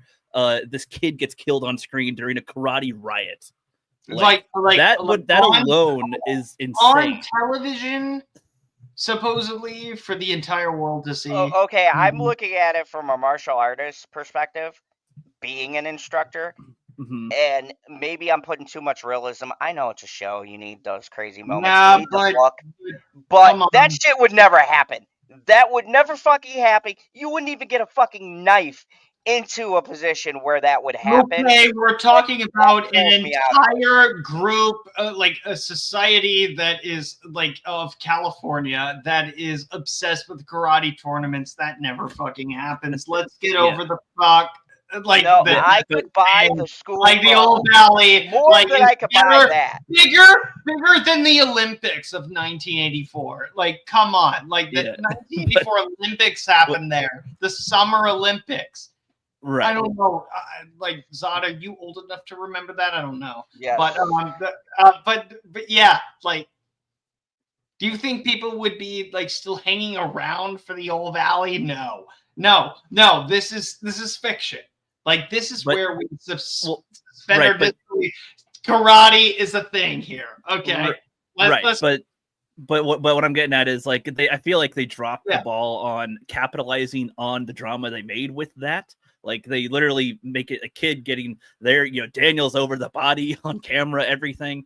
And it's like, it's just kind of glazed over. And in fact, just kind of joked about in part 3 of season 6. It's just like, let's have a moment of silence for the kid's death. Like, I don't know. It's just so crazy. The karate instructor, the main guy who's like organizing the tournament. He's they're like, we're going to talk about this thing and whatever, and then they're all talking about like vendors and like the mats again. Like, oh, call back to the old one, and I'm like, I thought it was going to be, what if there's another karate riot? They had a huge rivalry in building and up. We just never paid attention to it like that, and it just exploded. We had no security that could handle this. What if there's another karate riot? What do we do? Like season 2, remember the ending with the school fight that had like a severe consequence for season 3. Miguel's injury had consequence going for the whole season 3. This felt like okay, whatever. Okay, get over it. Get over it. Ew, get over it. And it's like, really?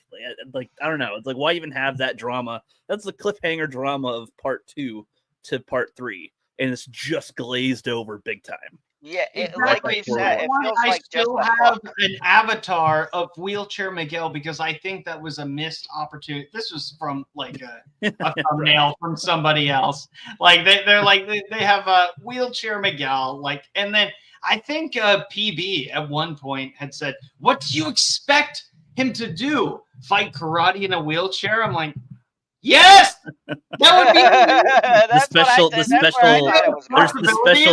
There's the Special Olympics karate version. No,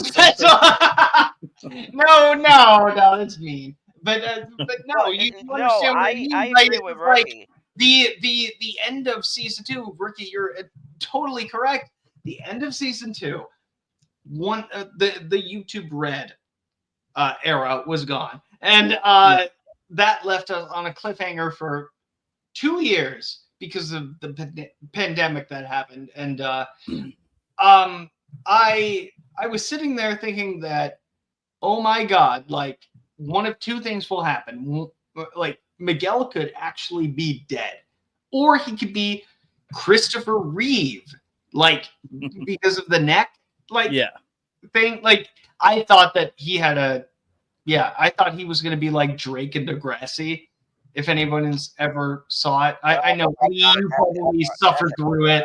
At least a couple seasons. Drake, a rapper, was he was in Degrassi in the series. He was shot and he was in a wheelchair, and that's why you have these like geeky looking wheelchair Drake memes, like just like looking stupid as fuck. That's why you have that.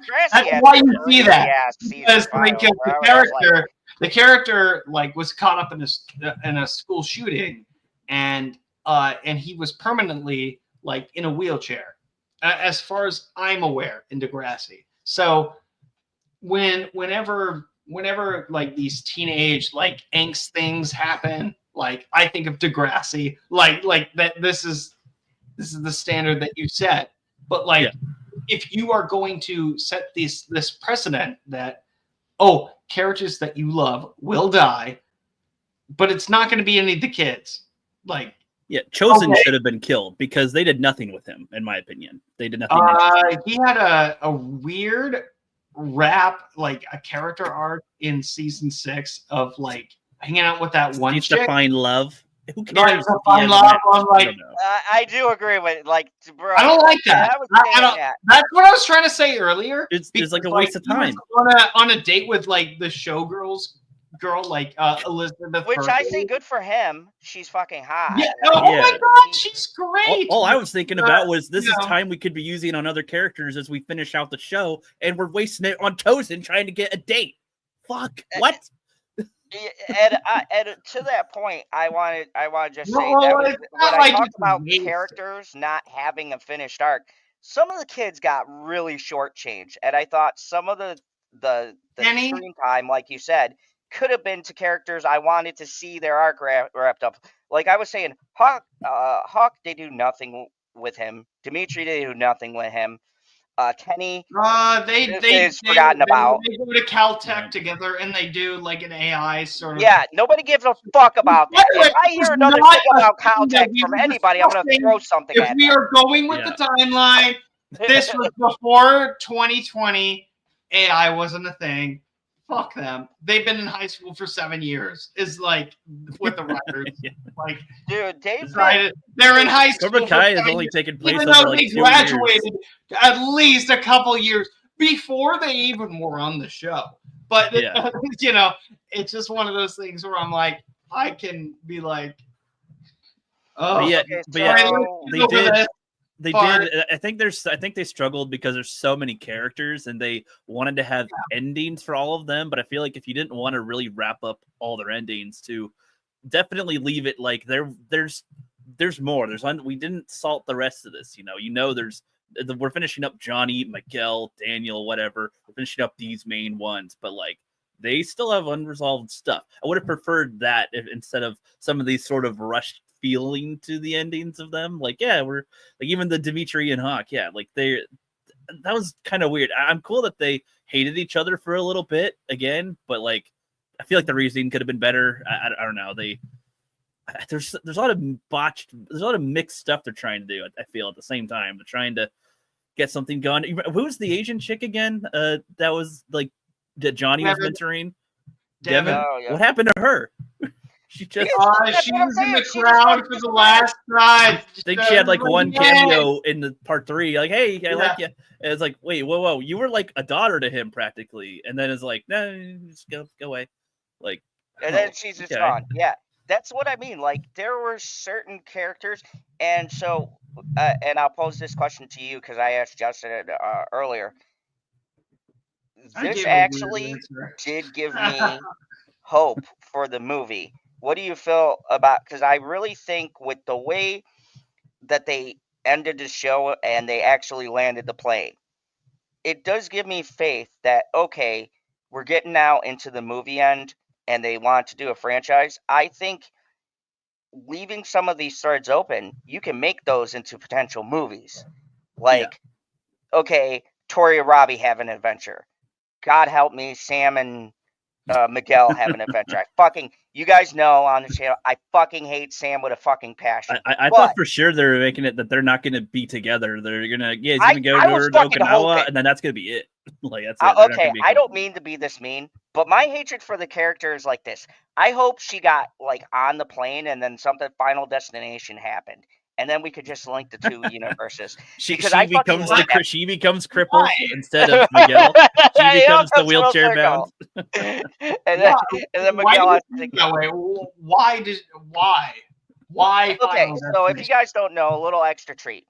My hatred from Sam comes, and I thought it was just me, but I had Bitchy watch this with me. And I'm not crazy.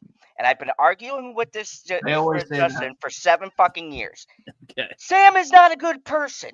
She literally kisses 2 separate guys who are totally into her, and I'm supposed to feel bad, and they try to make Tori to be the bad guy. She's not the bad guy. She fucking loved Miguel. She was trying to do her best to get with him, and then this fucking bitch comes along and is I'm confused. Do I love Robbie? Bitch, pick a lane. And she did this shit for fucking 4 years. Even after she hanging out with the guy all day, not talking to her boyfriend, and then he sees her with him and is like mad that he's mad.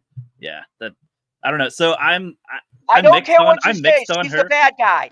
I'm mixed on her. I wouldn't say she's entirely bad, but I will say out of all the characters, she's probably one of the weakest because she seems to put herself in situations by her own doing entirely, like all the time. Saying she's not a good person, there's probably an argument you can have for that because like didn't she drive the car that like smashed into Johnny in the first place? She caused this drama between Miguel and Robbie essentially. There's quite a few things that she does. She like stands by while Dimitri gets his arm broken. She's too scared of Tori. There's probably arguments you can have for her not being the best person. Okay, she is. Yes, you're right. I'd say I'm 50-50 on that, but yeah, she is one of the lower characters, and honestly, one of the ones where I'm like, I don't know how you have her have an arc, and that's kind of in a way I'm kind of glad they chose to have her not even fight.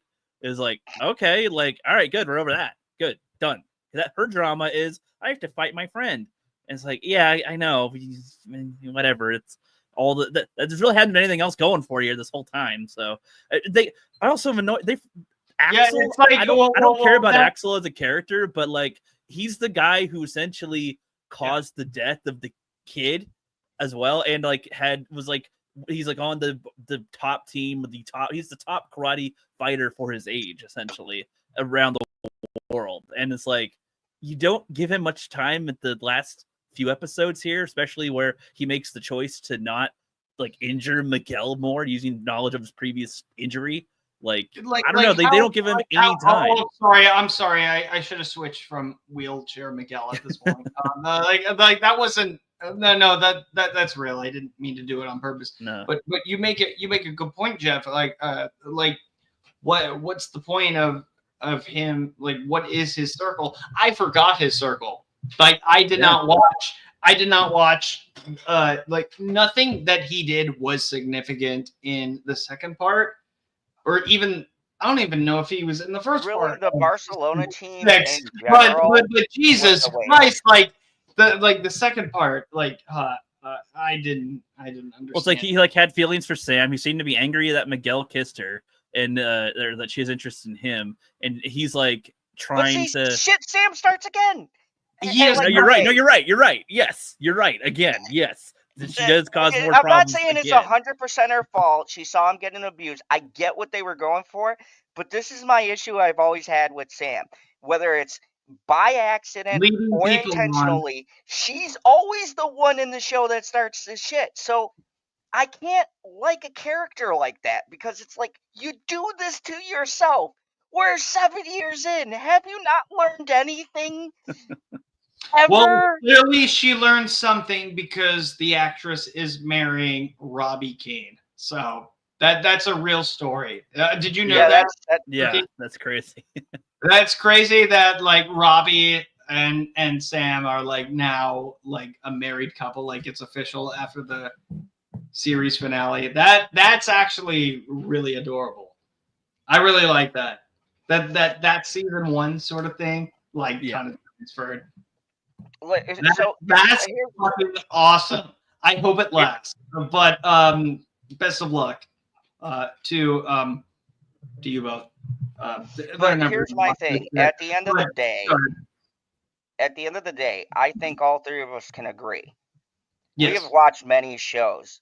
This is one of the ones that I'm just gonna call it and say best ending we could have possibly got. At the end of the day, even with how messy it is to get to the ending, I think that they ended it how I wanted it to end. Because at the end of the day, I like the karate shit in Cobra Kai, but I was invested in the character beats.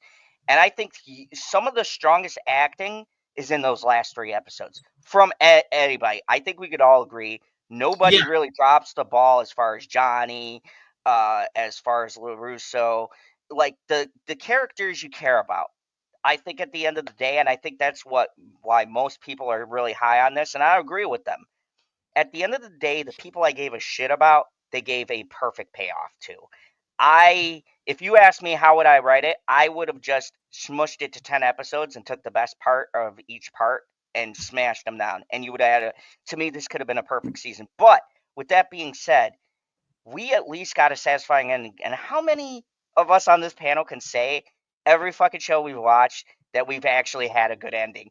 It's been so long that I could be like, you know what? The season was a little rough, but goddamn, they nailed it. Like Angel season 5 had a rocky season-ish, but it or at least a couple of episodes that are rocky, and then it nailed the ending. That goes back to like the 90s or early 2000s. So it has been a while. I think it goes further back than that. As long as it doesn't, with any good franchise, even if it takes a long time to get to where it needs to go, as long as you have that planned out in advance, like this is not going to be a problem. Like you're going to have a satisfying conclusion. And that's what I was saying with like shows like Breaking Bad and The Sopranos. I use this comparison. They're shows that personally for me landed the ending. Like when I watch them, everything that happens connects to where you started, and it's a satisfying ending. And give you an example. It's my favorite one. And spoilers for Breaking Bad if you haven't fucking watched it. I'm just looking at the chat right now, like somebody's like arguing, like Kreese died over a karate tournament. How old should he die? And then it's like he survived. I'll say one thing. Look. This is the karate. I like this guy. I love both of them so much because you're both correct. Like yes, like this is stupid. Like to I don't know how to pronounce your name, but Mr. Corvez, I will say that you are 100% correct when it comes to the ridiculousness that this whole series is based on karate. Silver's motivation at the end was very weird. So dumb. This would never happen. Of course, you were completely right. But this is in a universe where the All Valley is bigger than the 1984 Olympics. Yes. It's never happened on television since the Olympics. Like that happened in Los Angeles in 1984. Like we have to subside these sort of things. Like this. For me, I can forgive. Karate is a main theme. Like we have to get over that. So I can forgive bad episodes or filler episodes if when we get to the ending of the show, it makes sense. And for me, you weren't on here when I said this, Rookie, so I'm just gonna say it again. My favorite shot probably of this whole entire show is the ending. When you see the dynamic and it comes full circle and you see Johnny calling the kids the nerds or whatever, and then he switches it up and he talks about like, I can teach you how to attack. And then you see LaRusso, he's like, and he could teach you how to defend. And I think that to me hit the hardest because it's like balance. It's like these two hated each other, but at the end of the day, they needed each other to balance each other out. That's what, to me, the whole show was leading up to, was that these two guys were enemies by circumstance. But if imagine how strong they would have been if they would have been friends for years, right? Yeah, And yeah. at And you the didn't. By the way, you didn't need a CGI Miyagi to no, explain we could all agree that balance. was terrifying. All you needed. I will go on record in saying, all you needed was season 1 when you had a clip. Yeah, the clips and the Karate memories were Kid saying, better. Yeah. you remember, about balance. And he's like, yeah. It's like, it's not a lesson for just karate. It's for whole life. It's for your whole life. Well, I feel like throughout the whole show, they had like points where he recalls a memory or some audio of Miyagi from before plays in his head as he's thinking about something. That's the sort it's of like thing. that stuff was fine, I think. Yeah, like you can't do anything about it. Like I'm sure if Pat Morita was it. What if Pat Morita was alive? Go. I feel like the show would be maybe weaker if he was, because a lot of the strong points are because he's dead, and you're wondering what he would want or what he would think, what he would do. Yeah, I think it does add to the show. Okay, this is gonna sound terrible, but I'm just gonna say it. No, if Pat Morita was alive today, like at least for like the first like 2 seasons of Cobra Kai. I mean, I think it works more effectively with him being passed away, because that's LaRusso's arc, is coming to terms with being the next person to be like Miyagi. It's also real that he's dead, that he's gone. Even somebody as inspiring as Miyagi's gone. Like, yeah, I think that also helped with the journey, and I think you're looking at a different progression if he was alive, even say for the first 2 seasons. I think then we're going down a different kind of road. But at the end of the day, I think for what they had and what they did, I think this final season was really good. So I'm going to oh, absolutely. That wasn't my question. My question was more or less like, what do you think this series could have been if Pat Morita was still alive? But we can't. I think it would have been different. I think it's hard to. I think it's hard to like even process like the show as is, because it succeeds most of our YouTube channels. Like certainly me and Zod, but Rookie, I know you had a channel like 7 months like before, right before Cobra Kai came out, and you were like, holy shit, this is great. I didn't start watching Cobra Kai until after like season 3. I think season 4 was about to be on Netflix, and I was like, I guess I'll start checking out Cobra Kai. I waited. So here's a little thing that I want to do for fun, and this is just off your guys' memory, but I think to kind of start to wrap things up, I am going to ask you guys, before I go into my explanation, what seasons are season sort of mini season ranking. So where you would rank the different seasons now that we have the final season. So all 6 seasons, where do you rank them as far as from best to worst? So, and this is just going off of what you remember. Maybe we'll do something like this again after we've all had a chance to rewatch them. But just off the top of your head, raw emotions, you guys just tell me the order you would put the seasons from favorite to least favorite. Okay. 4, 5, 6, 3, 2, 1. From favorite to least favorite, or favorite to least favorite? Oh, to least favorite. Mine was the opposite. 4, 5, 6, 3, 2, 1. Okay. Well, it kind of fluctuates with 3, with 4. Like the last one with like, because of the wheelchair Miguel thing, I was so pissed off. That's when I think the series went to shit. Like I'll just be perfectly honest. As soon as you drank that fucking 2 liter of Pepsi and just realized that your legs weren't gonna work ever again, like all of a sudden you tap your foot just because Dee Snider from Twisted Sister says I want to rock. Well, like I get it. I get the momentum. But no.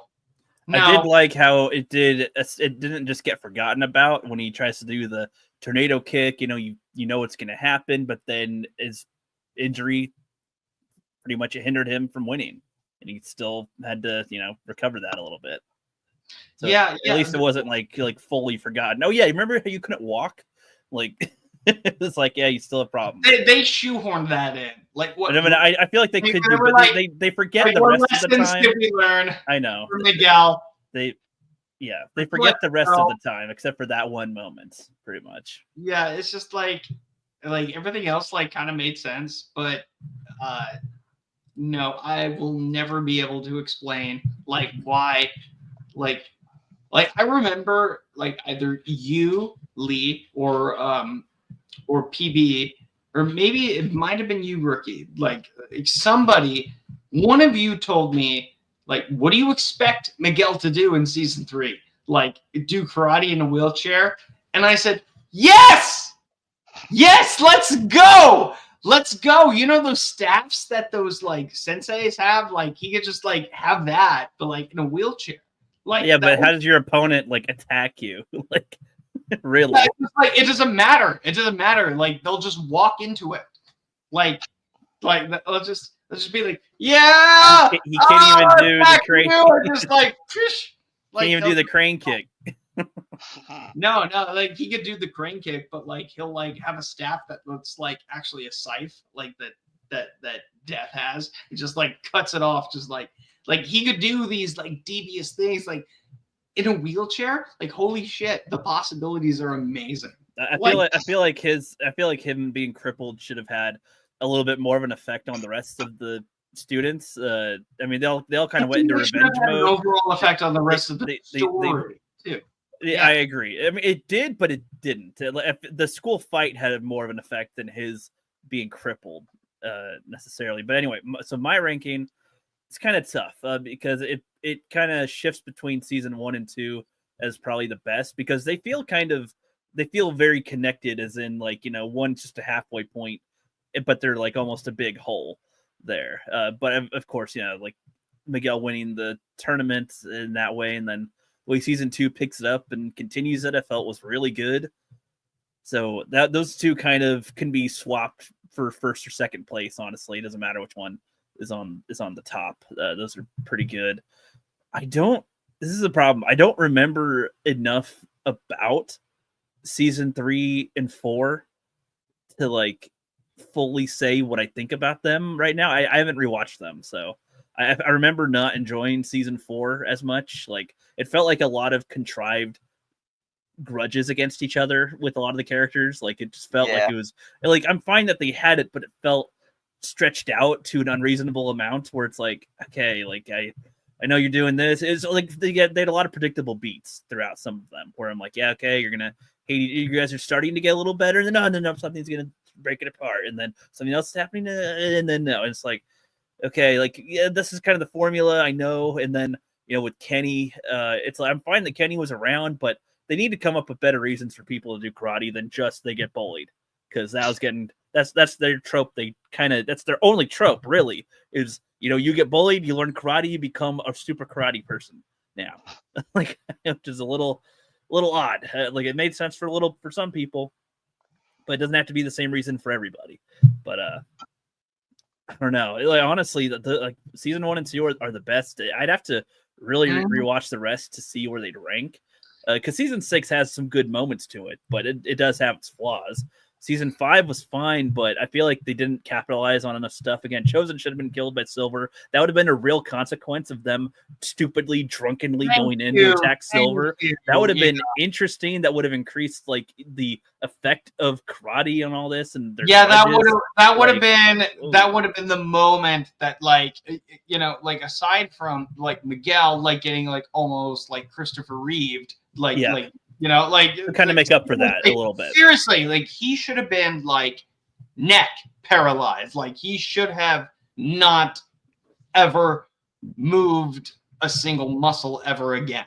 Like that's the kind of shit that but it's the Karate Kid, so like it's the 80s thing. I feel like if they wanted him to be injured, they should have had the fall not be as high, maybe, so that he gets injured reasonably, but not to where his spine is the injured, like effed up thing, so that he can make a somewhat reasonable recovery and have issues with karate for the next while, and then eventually get back up to some peak form. It could have been a slower process. That's what I'm saying. That should have been three seasons of him struggling to get back to form, is what I'm kind of getting at. And then like a few seasons, like one with him in a wheelchair. Like season 3, he's always in a wheelchair. He doesn't even move his arms, maybe like until like, you know, episode 3 or something, and then he's like slowly like getting it, and then he's slowly like over the course of these seasons, and then you have the Sekai Takai, and then you have him do what he does. Like that. Then it's like he's like, this is his first performance in a very long time, like getting out of the wheelchair. Exactly. And then you have that, like, if you're going to go 80s cheese, unrealistic bullshit, like sort of route, that's where you should have gone. Yes. But you just, so while you're talking, I was remembering, so season 3, was that when Tori and Cobra Kai attack the Miyagi's in their house? Yes, and then Miguel like the flip. Like I was like, no. That's why I say season 3 is the worst. Season 3 is the worst. Like I could allow for that to happen, but like I wish that again there'd be consequence, but there was literally no consequence. Really, it like. Or did any of those other kids have somebody's house? Do any of those kids have parents? Like I know they do sometimes, but I feel like that was more of a factor in season 1 and 2 that the kids have parents. Like that, you know, that could prevent them from doing something or comment on something, whatever. This was like, oh, my kid broke into their house and like broke everything and beat the shit out of other kids and got beaten up, and it's just fine. I feel like the LaRussos would have been like blacklisted from the community at some point with that. I don't know, like maybe not, but like I'm just saying they could have gone in some other harsher directions. There's some moments, you almost lost your job with the car place. Okay, you had to go to Okinawa, great, but like there's got to be other things that feel like it's more stakes or at risk here than just some of that stuff. And like Silver, I wish that he had a little better motivations. I was really he's like, oh, he's dying, and so he's just on to the Iron Dragons now, and the Miyagi stuff where they're trying to have it be like character assassination thing. I'm fine with there being more to his past. I just kind of wish there was I thought they were going to go somewhere with like the Cobra Kai master being the other half of like his brother or something. That's what they're going to kind of imply. Yeah, in a way. I don't know if that would have been good or not, but I feel like they didn't do anything with it, even though they brought it was up. Just like I don't know what was going on. I just like, for some reason, like because it was season 6, because it was the last one, and because I knew that they did say like John, Josh, and Hayden had said, "You're the best around. Nothing's gonna ever keep you down." You know, they said we're saving it for the best moment, and I was happy about that. But that's all I knew. Like at this point, I think that because of the good graces that Cobra Kai gave, even with the slower, like, you know, like 3, 4, 5, you know, like 3, I'm sorry, you know, 3 is the worst. Wheelchair Miguel ruined. No, worst. Speaking of which, hold on, I didn't. And most unrealistic shit. If we're talking about that, like really getting into it, is like, you know, Jeff was talking about. I would say that my good. What were you gonna say, Zach? Oh, I was gonna say my rankings, fucker. So I would say I was season gonna 2 is say my like we haven't heard shit from you. Like let's you don't season talk 2 much. is Come my on. Let's like favorite. tell us how you really feel. Okay, so season 2 is my favorite, and then it goes 1, and then 5, 6, 3, and 4. And my reasons for, okay, so just bear with me. And I've had this discussion with just everyone. I love season 5. I know that there's a lot of things, especially with the ending, they should have killed Chosen. I'm on that crew, but as a whole, I think season 5 had the most stakes It as did. far as in Cobra Kai, as far as like what they were trying to achieve. This whole, oh, they're gonna franchise, they're expanding.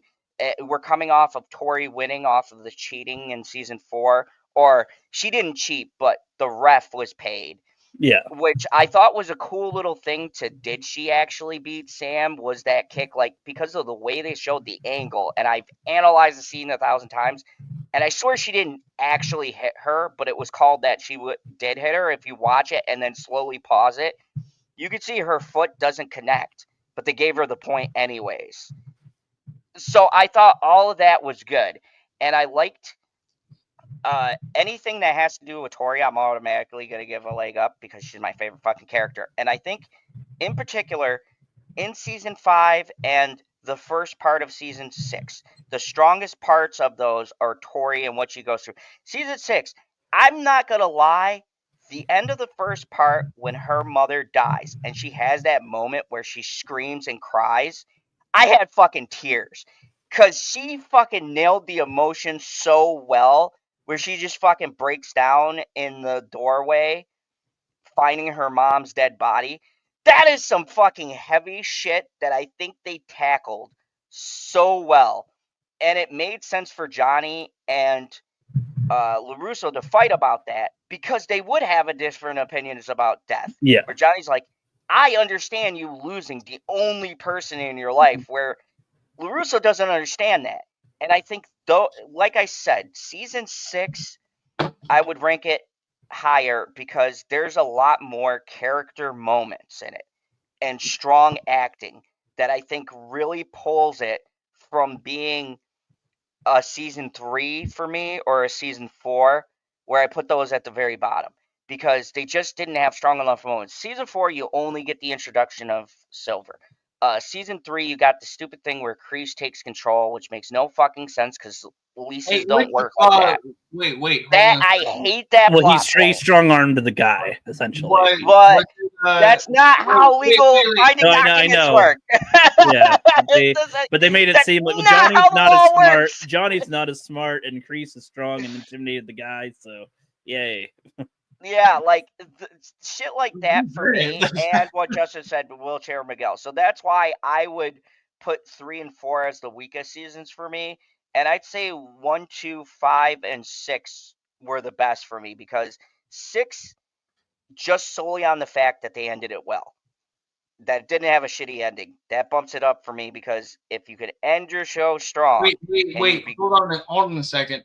Was 5 the one where they burned down Mike Barnes' yeah, place, and then they ended it with Mike Barnes, like I think it was his last appearance, like breaking and entering into Darius Silver's house while they were all drunk, and then Rosen was the one like who got like almost killed. Yeah. Like I think, I just love that season. Barnes makes one more appearance. Oh my goodness! Barnes makes another appearance in season 6 to help pick the Taikai final. Yeah, that was it. So, just like he's like, I'm gonna be a neutral like sort of guy. Like that's so weird. Like if you actually watch all the Karate Kid movies and then pretend that the girl that in the last episode is Julie, like Julie San, Hilary Swank. If you pretend that that's Hilary Swank, it all like it's so fucking weird. Like it makes no sense at all.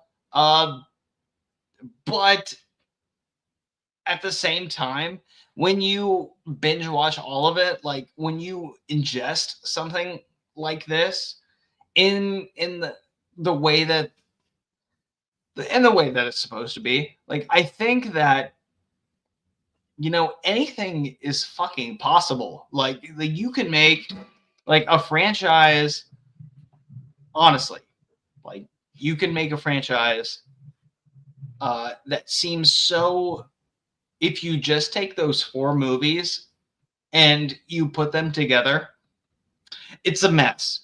It sucks. Like it's awful. It's impossible to get through, especially like in the last movie, like with Hilary Swank. Oscar-winning actress. Like seriously. I disagree. Y'all hate that. But Everybody hates on that movie. I fucking loved it. when you if you want to, like, this is the mindset that I'm going into. Like, if you go into Cobra Kai, like, it's one of the few times where, like, how, like, in Marvel movies, you have to suspend your disbelief, or in any movie, you have to suspend, there's a suspension of disbelief, but you can do that very easily with Cobra Kai. You can't do that very much with a lot of franchises because the storytelling makes no sense. It does not match up with the logic of the universe that's being created. So when you go into Cobra Kai, you're like, okay, this whole thing is just going to be a bunch of kids talking smack, drawing dicks on billboards, and like that's Johnny. It's going to be everything is going to be solved. Doing karate, like that. This is the stupidest fucking thing ever, but it works. I think, So, and I'd say again, this is a prime example. mm-hmm. Not often, but you have those cases. Have you ever seen a shitty movie, but good actors in it that try really hard? I saw movie 43 in the theater. Yeah, like there's some actors where their performance, it was the biggest regret ever. There's some actors where even their performances can't save a movie. But then you have a show like this, where in concept, let's just be real, it's a stupid fucking premise. Everything gets solved by karate, whatever. On paper, it shouldn't work. But then you have the casting and the writing is sharp, and the people give a shit about what they're doing, to where even the shittiest storylines, this show does make work at the end of the day. Even like we were saying, the weakest season of this show is better than half the runs of different other shows that I've seen. Right. Any fucking Marvel thing to date, like anything I've seen, it's just been so disappointing. And then you have a show like this, where on paper this wacky fucking concept shouldn't work, but you got the writing team and you got people who clearly care about the universe they're talking about. And you feel the care, even with the bad storylines that there are. And look, when you have a show running as long as Cobra Kai, you're going to have bad episodes and bad story arcs that just don't work. But you can still see the love and the care, especially the last 3 episodes of the show. You see they had a passion for this project. Everybody gave a fucking, the last 3 episodes, I don't think anybody gave a bad performance, to be quite honest with you. Even the ridiculous shit with Kreese and Silver, everybody was still on 110% on their acting end.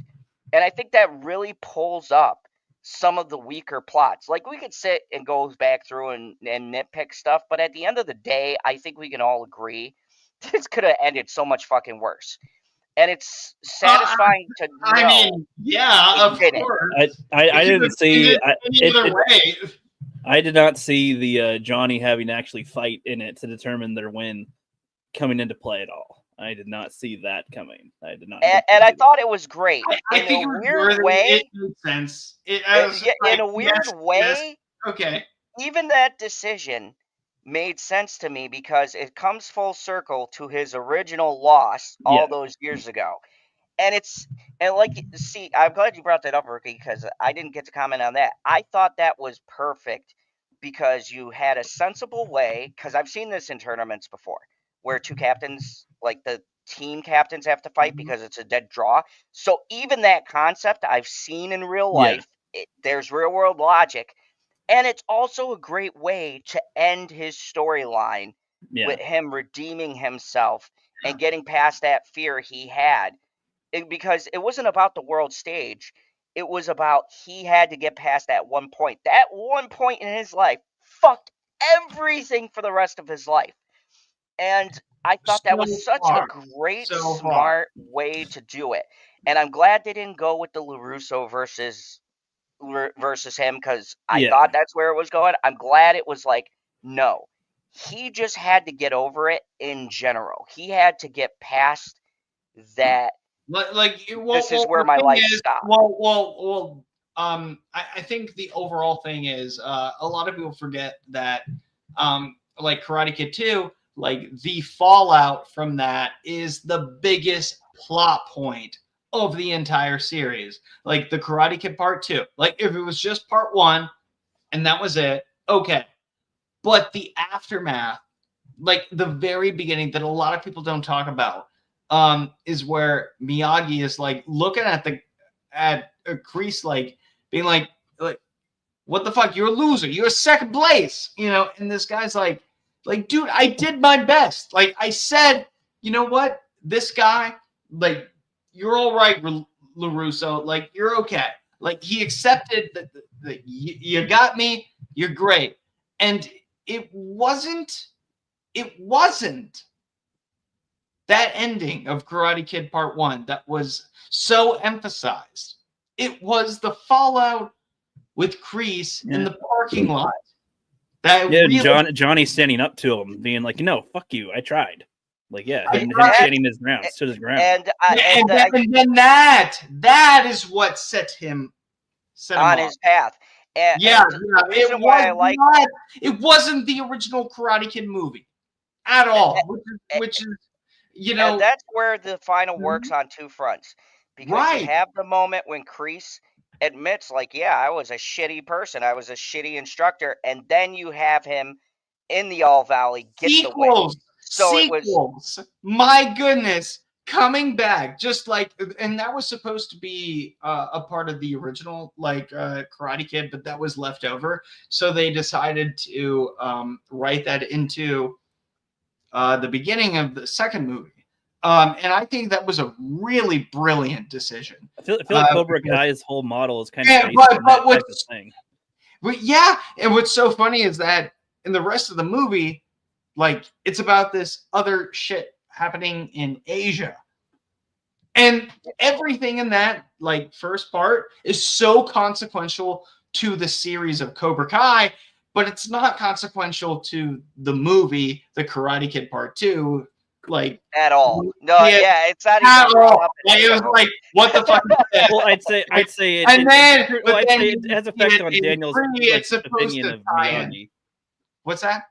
I said, well, I mean, it shows Daniel, like, the mercy that Miyagi shows, like when he has every right to beat the crap out of Kreese and doesn't, and pretty much didn't even really fight Kreese. Kreese kind of punched his hands. Yeah, but it was it was such an unnecessary scene. Like, it did not. No, I agree. Yeah, it was one of the most unnecessary scenes. That's almost one of the most impactful of the whole series. Like, that's the crazy part. Entire franchise. Like if that did not exist, we would not have a fucking series. We would not. And that's what I'm saying about the writing being as good as it is, and why I think in general the writing to connect with meaningful moments and why it was chosen, and having conversations. Assumingly, like they had conversations with the writer. I think the guy's name is Mark something. I'm sorry, I forgot his name. But the guy is the writer of the Karate Kid, like the 3 movies, is still alive. So he said that he really admired that that the writers of this series was Mark Chapman or something. Somebody fucking look it up. It's Jesus Christ. But he he admired the fact that they were able to like pull these like different things like from it because he had one thing in mind, like the little things that you do, like, and to inspire somebody else to come about out of nowhere 30 years after you're just fucking done with this bullshit Karate Kid franchise. Like, and somebody else comes in like, hey, all these ideas that you did, like, they're actually really brilliant. And like, imagine these nerds coming up to you and being like, hey, this, that, and the other. Like, these things are great. I like how you did this. Like, how, like, what the fuck, like, could you possibly get? Like how mind blowing, rookie. And how mind blowing. I know. Yeah. If somebody, some little nerd came to your channel and just be like, hey, everything about your channel like has a pre-existing universe, I could be like this, that, like how would you respond? Like, I would appreciate the attention to detail that they put into utilizing everything that they can and what I've done, and like making it into their own story, like continuing the story in a way that makes sense. It's not, you believe it's believable. I think that's what makes it work, is because it doesn't feel like Johnny isn't Johnny, like Daniel isn't Daniel, like all these characters, even newer ones we're introduced to, they all stay connected. They all do things that make sense, and at the end of the day, like I feel like quite often, it's probably not even mentioned half the time, that there's connections to themes that are from the Karate Kid movies that happen all the time in Cobra Kai, and it's just, but they don't need to be emphasized. They just are part of the writing. Like Zod was saying, how like they end with balance. Even like Daniel and Miyagi-Do quitting the Sekai Taikai, and then Johnny not quitting to do that. He's like, no, because like Daniel's like, yeah, we don't need to fight. That's fine. Johnny's like, no, we've got to go forward. Like, I've got to keep on going. That's what he does. Oh, that was another thing I forgot. Like, this is what I mean, where like this back half was so brilliant in how they chose to have certain things happen, to where and I think that's a big part of where the satisfaction comes for the end of this season, and why I'm so happy was because, yeah, we had a rough start. We had some patchy episodes, but I could see, and now going back through, and I'm sure when I rewatch everything as a whole and see how it flows, like, yeah, you still have those fucked up, disjointed parts in the show that don't make sense, but at the end of the day, the ending and what they were driving by and everything that they connected to end the character arcs were just done really well. And the writing was really up to par with what I expected from when the show started. And I'm glad that the show ends kind of how strong it started. I think you could have shit in between that's not good. Like, look, one of my favorite shows is Smallville. Okay? Fuck people. I don't care. That's the best Lex Luthor ever made.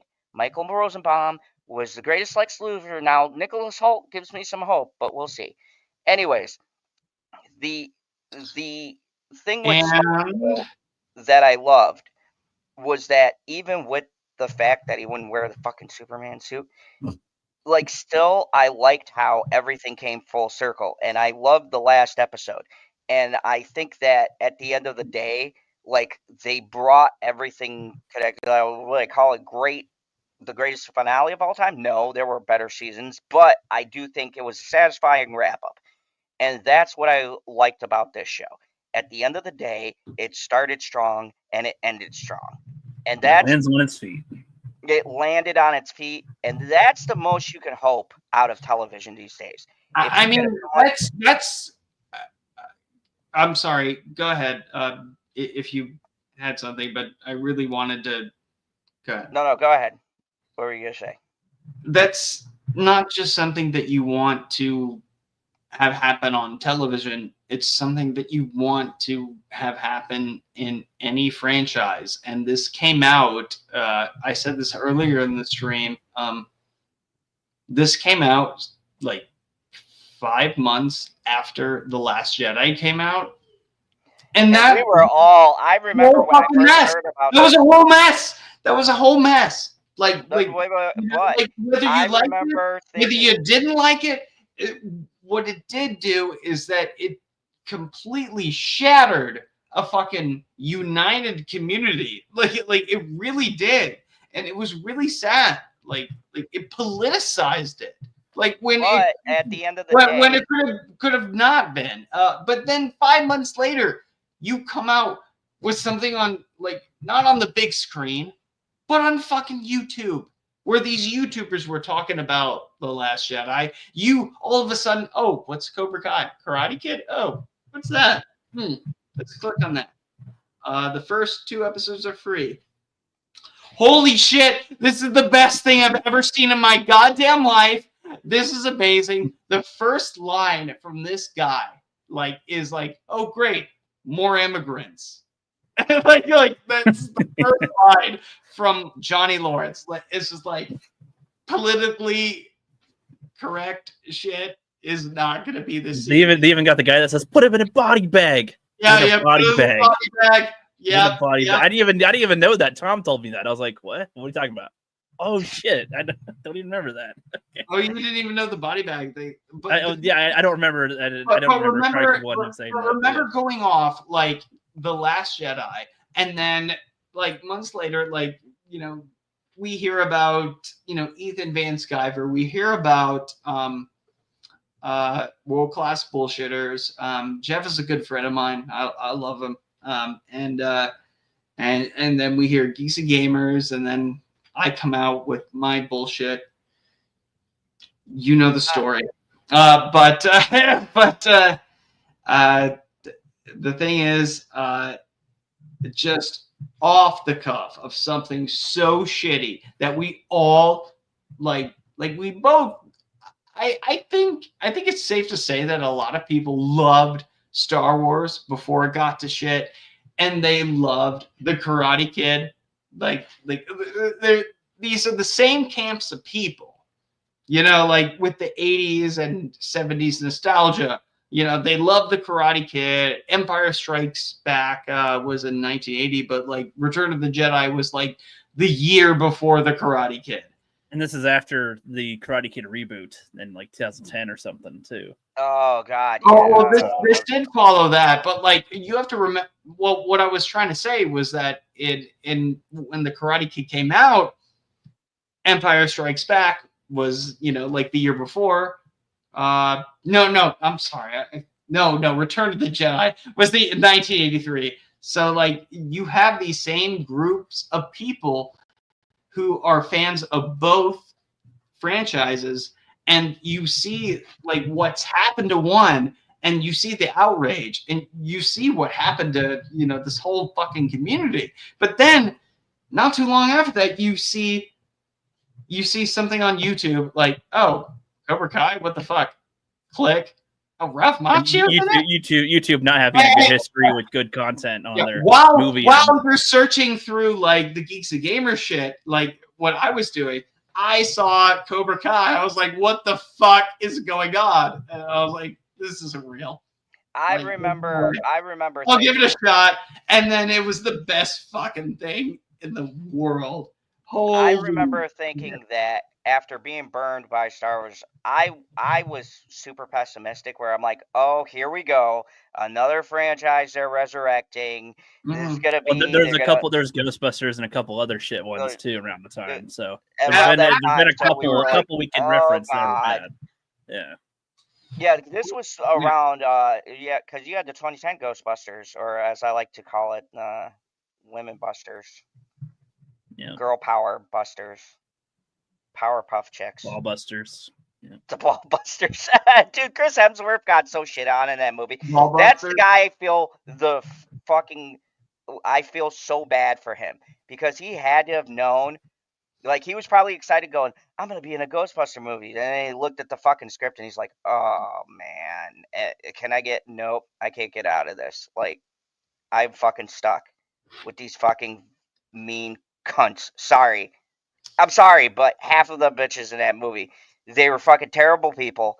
And I don't know what you're talking about at this point, because like Ghostbusters Afterlife was like no, 2010, the one with It was 2015, I think. Or 2016. The one that almost killed the series forever. Yeah. That one. Oh, okay. Yeah. It was ruined for me when they threw Bill Murray out of a fucking window and say he wasn't Ghostbusters material. No, thanks.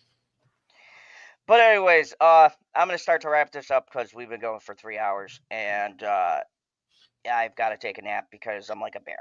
Okay, so before I go, I'm gonna get some final thoughts from you guys, and then anything you might be and anything you got going on your channels. So I'll start with Justin Proper because he's retired and he'll be the quickest one to get through. So any golfing trips you got planned, old man? Maybe some backgammon. What are you working on these days? Now that you're backgammon. You doing some polo? What the fuck did you go with backgammon? Like, am I going to do streams? I don't know. Rich white people. Apparently, if you're white, you're rich and you're insensitive. No. I'm just because I'm white doesn't mean I'm rich, and doesn't mean I have anything. But it does mean you're racist. No. It does mean you're racist. Yeah, you're racist. It doesn't mean that. No. The one who's racist is you, because you said, and I quote, here's the most racist thing that you said. Just in case I never get to appear ever again. But the most racist thing that you said, Zod is so racist. He said that, Vikings, they can be black in this new Lord of the Rings universe because Vikings rape people. I was not saying anything that wasn't historically accurate. So fuck you. I die on that hill. You said you said they can be black because they rape people. That's what you said. That's what you said. Verbatim. 100%. I will die on that fucking hill. I don't care. Okay. You will? I was trying to be understanding of where they got it's snowing now, so like maybe your clan outfit won't blend in with the snow as they're tumbling you down the fucking hill. I'm just saying, like, look, I was trying to justify on air why this was a possibility, and I got so much shit for a comment, but you know what? I'll fucking die on that hill. That's fine. You want to call me fucking racist, whatever else. Look in your history books. Vikings fucking raped a bunch of people. How do you think they fucking spread from settlement to settlement? They murdered and pillaged and raped. It's a fucking known fact, and I hate how people throw out the history books to forget everything we've done. Look, we've done shitty things. It's a bad look. Other races have done shitty things. It's a bad look. It's a bad look. Anyways, you got any final thoughts besides that, and anything you want to promote on your channel? Okay, final thoughts on Cobra Kai. It's the best thing on fucking television. And if you told me 15 years ago, as I said earlier in the stream, the fucking Karate Kid is going to be the best thing that ever comes out of these 80s nostalgic shit, like, I would have been like, fuck no, absolutely not. And I would have lost that bet. And it came out at a time in our specific community where this was going to be a trend, where like all of our favorite franchises were just going to go to shit. And this was the saving grace, because somebody cared about the property, somebody cared about the IP, somebody cared about the storylines, somebody cared about the internet theories and took it into consideration and really developed a story over it. And the story was the villain, supposedly from the first one, becoming the hero. And it was a weird ass hero's journey that was unethical and just like not really like the kind of hero's journey that you've ever seen before.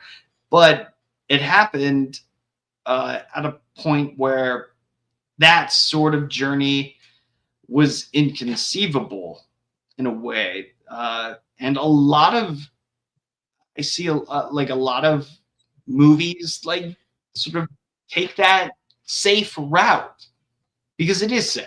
Like, hey, if you're gonna do this, you're gonna do it in a safe way. You're gonna have some controversy, but it's gonna be fun. But overall, at the end of the day, like, everyone gets a happy ending just because it's 80s nostalgia, cheese shit. Like, it's great, and it works out, because that doesn't happen. Like, everything has to be. Why does everything have to be so melodramatic? Why does everything have to be like a drama? Why does everything have to be like the hero like ends terribly, or it's not something that you want? Why would you do that to the audience? Like, why would you do that? What is the purpose? Like, are you trying to torture the fans? Like, I look at The Last Jedi, I'm like, what the fuck? Like, are you? I know you're doing your own thing, like it's a choose your own adventure sort of thing, but you have the keys to like something great, and instead of like doing something that would be amazing, that it just makes everyone go like, yes, let's go, instead, like, you do something that like divides people. Like, this is the show, this is the blueprint to how you follow up any franchise in film history or television history. Okay. All right. That was By the a way, while ago. Mic drop, bitches. Nice. Rookie, your overall thoughts, and then anything you might be having. Overall thoughts is I do want to go back and rewatch the 3 Karate Kid movies and then Cobra Kai series and as a whole now at some point. One of these days I'll try to commit a week or so to that, but I don't know when it'll happen. But give it a lot of my time. Look at it with a more critical eye too, because I was absorbing them as I was watching them, so that I can maybe even notice more positives too, because this does seem like the kind of show that that has attention to detail with the thing that they love. So that was one of the main things I think was really good out of Cobra Kai. But I guess last thing I would ask is, so you guys have probably seen the Karate Kid Legends trailer, right? Oh yeah. Yes, I have. What are your guys' thoughts on that? Like, briefly. So I feel like it's actually interesting, because Justin's on the one hand that he's like, oh, I'm not sure. Me, after seeing this season, I'm going the opposite route, because I feel like even the writers, even though they're different writers, from how I understand it, they coordinated with the writers on Cobra Kai as to not use any storylines or fuck up anything that was going on in this series. And I think this is the best possible way you can kick off a new franchise for a new generation, while keeping some of the things that people are used to, right? The Cobra Kai angle, but then also going, okay, now we're doing little different stories and adventures. And I'm down for that. I think that's the best way. You leave Cobra Kai alone how it is. It ended perfect. You don't need to do it. And if you want to do it, you do, because there's still threads we talked about that they left open. You could have a Robbie story, Robbie and Tori. You can have a Miguel and Sam, if anybody fucking cares about that con. You could have you could have something with Johnny, right? They're doing LaRusso. You could have a Johnny adventure where like he meets up with someone by chance, and like oh, he's got to use his way of He teaching. teams up with Heather Swanson. Yeah, you could have some. There's so many. It got me actually excited that there could be so many possibilities that are enjoyable that I would want to see out of this franchise. That's where I'm at, and I think if they do it right, you can have the beautiful start of a brand new thing. Yeah, I mean, I agree that there's potential, but just based on what I see in the trailer and after seeing Cobra Kai, I am skeptical, very skeptical of its quality, because it presents it like, well, they show Daniel at the dojo, at Miyagi's dojo, essentially the Miyagi-Do, and it at the end of Cobra Kai, he's teaching classes, and I'm curious if you would think there'd be some of the kids around or some other evidence of Cobra Kai cast, but I'm sure they're not going to show anybody at all, even his wife, which is fine. I'm not saying we need to see them, but I'm questioning the continuity, if it'll really be in the same world or not, how well it'll connect. I really don't know how well they'll do that. When they show the kid like go through the train station or subway or something, and like some kids like push him, I'm annoyed at the concept. If it's again like I'm a kid that gets bullied, now I want to learn karate. I'll be pissed if that's actually what they do for the motivation of this kid. I'm sorry. Have a kid have a different motivation that isn't bullies. Something else. I don't know. Anything else. Like honestly, Tori is really good for an example of a character because she didn't get into karate because of bullies. She got into karate because of her situation, her family, and it's something she can try to pour some aggression into. And she really ended up liking it and started to get really good at it. So like that was. You know what? I agree 100% with that. I feel like this is the. Yeah, we have nerd you know what's funny about like what you just said, Rookie, is that when Linkin Park has a new female singer, and I think the same thing. Like I think like Tori Nichols is just like fucking done with shit. It just it's a weird comparison, but like it's one of those things where you compare different parts of your life and just like you want to it's like how you understand a character. It's just like all of like these things that just collapse on you, and you're just like shut up when I'm talking to you. Like it's just like that's the kind of character that this person is. It's just like she's been buried so down beneath, and she's like no, like that's the kind of like thing that makes a character so fascinating to Zod, like somebody who struggles, because to Zod, I can't speak for you, but like you struggle yourself, And so no, that's 100% why I gravitate towards like actually go very much my reasons for getting into martial arts was because. Not because I was bullied or whatever else. My mom basically raised me in martial arts since I could walk. My things for getting into martial arts was aggression and balance. So I guess that's why Tori's character always was my favorite, was because that was kind of the personal journey that I went on, that I understood like, yeah, not everybody gets into martial arts because they're being bullied. Sometimes it's a good coping mechanism with personal shit you got going on in your life. Which is why she joined Cobra Kai again for the Sekai Taikai. She needed to get her shit out, and LaRusso was like, "No, I didn't think you should." And it's like, "No, I need to. I need to punch people right now." That's how. NerdTube, I just wanted to acknowledge. She said, "Nice ending to Cobra Kai, but the upcoming movie will be shit." I'm not going to pass that judgment. I'm going to say. That with everything, especially if you come on my channel, you should know, whether it's a Marvel project or whatever, I don't like to be the guy who says, oh no, it's going to be shit because X, Y, and Z. I like to try to rate everything and base it on its own merits. So with that being said, if the movie sucks, then I don't consider it like, oh, it brings down all of Cobra Kai. It's just that particular project was terrible. And if it's good, then we're just glad to have it in the universe. It could potentially be an uplifting thing to look to at some point. I agree. I'm just judging it based on the trailer. I'm just judging what I think it'll be based on the trailer. Yeah, I can be proven wrong in the movie, or if they show another trailer that shows more information. Saying like, Daniel, like, I need your help.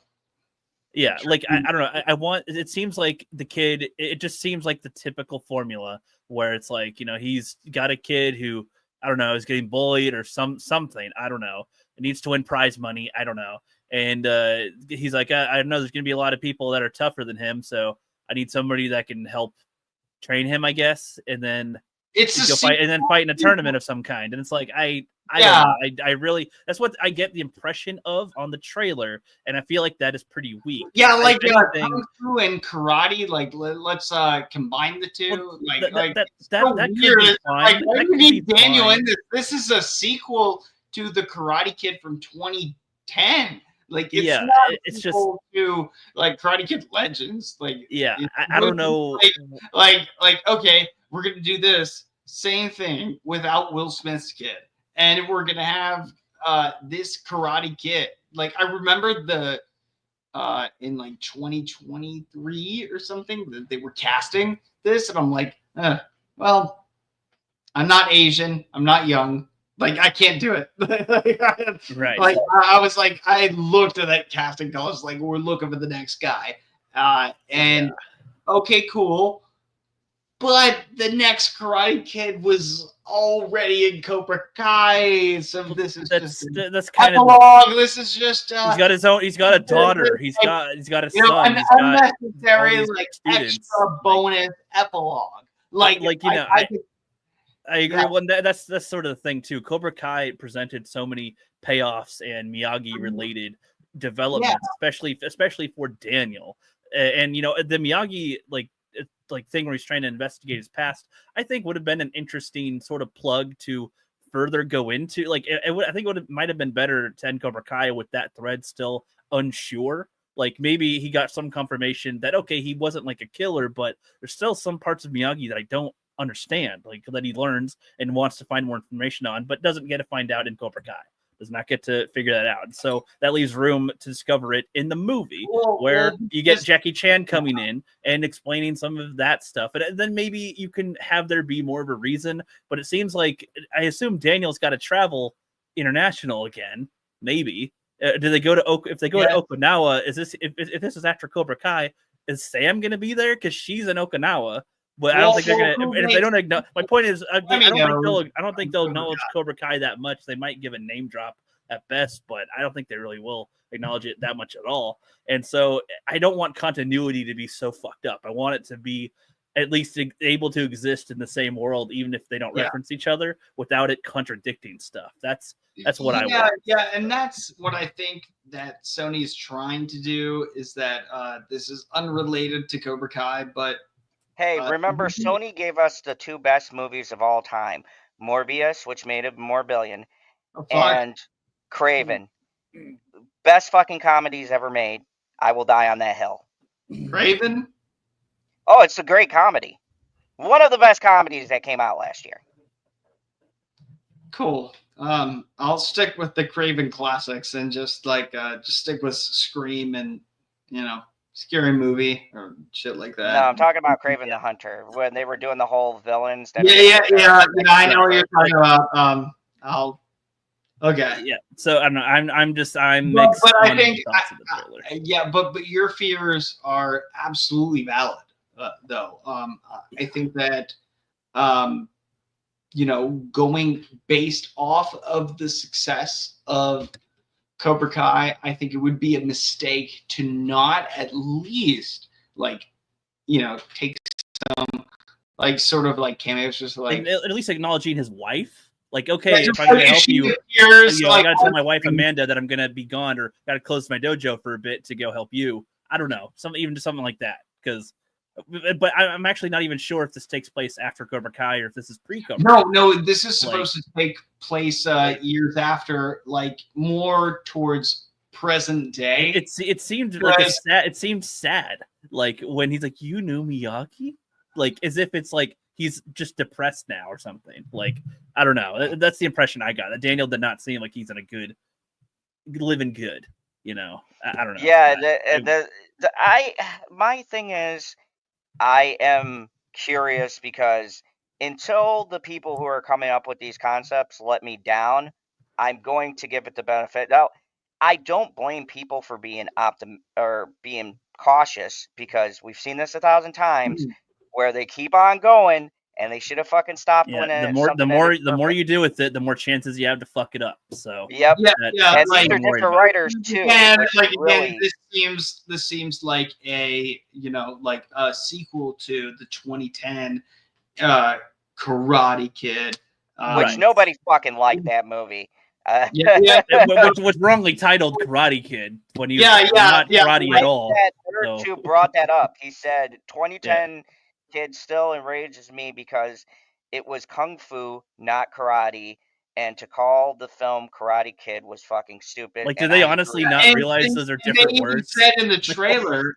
Well, didn't they say in the trailer two branches, same tree? Yeah, sure. Yeah, 2 branches, same tree. No. That's so This like is the one thing that pissed me off lame. about the show. Thank you for bringing that up. I'm like, no, they are not the same. From a guy, like, this is so messy already just talking about it, but this is coming from a guy like I've seen Jackie Chan in person.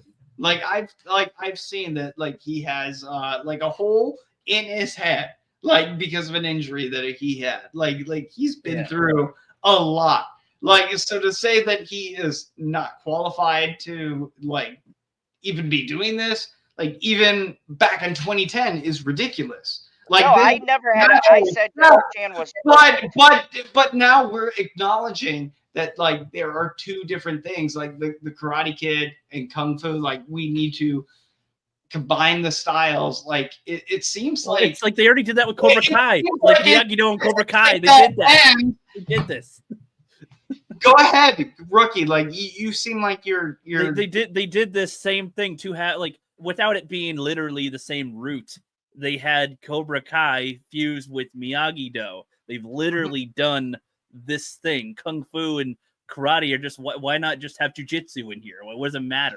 What does that really matter when you do that? Well, with this, there was more reason and connection. And the fact he even says, you know, this kid is to me like you were to Miyagi. Like, that's so blatant. It's like they think you're retarded. Like that kind of line. And two branches, same tree.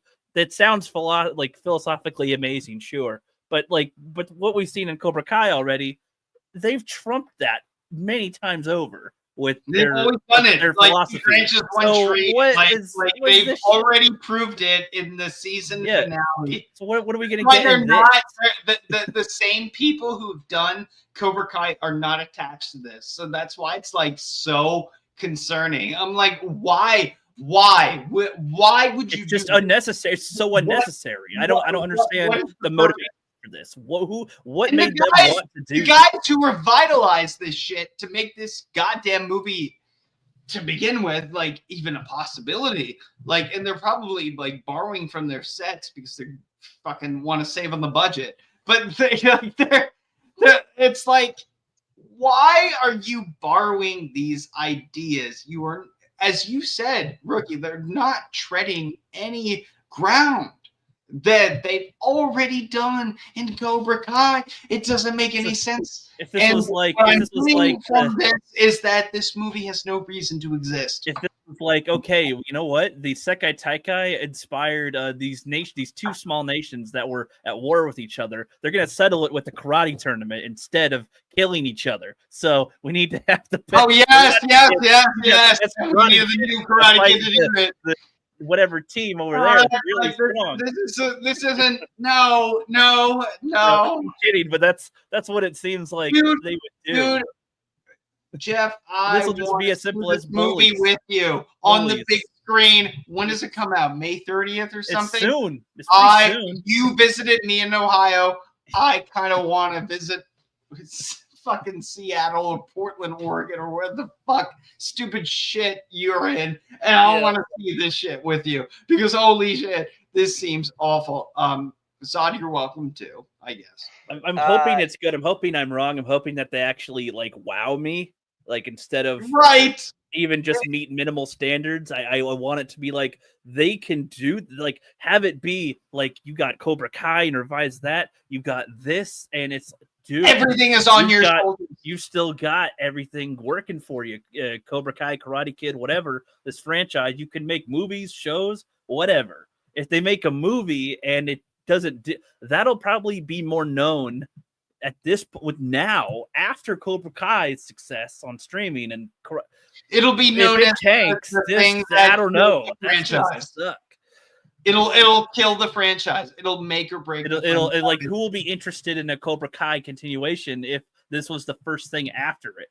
Like, they'll be interested in Cobra Kai. They won't be interested in this whatever the fuck they're trying. Well, it's to like do. Karate Kid Legends, and it's treated further cement Jada Pinkett Smith's like career, like the slap. It's like they treat this trailer like they're trying to honor, because it's like the Will Smith like movies, the Jaden. Well, he's not in it. He's not going to be in this at all. I don't think it's the Asian kid. He's not in it at all. But still, my point my point is like the Karate Kid Legends and the feel of the trailer is like they're going. We know you guys love the Karate Kid movies. You guys, you know, I know. So it's like we're honoring it, but it's like, how can you do better than a lot of the scenes that honor it in Cobra Kai? Like, I don't know.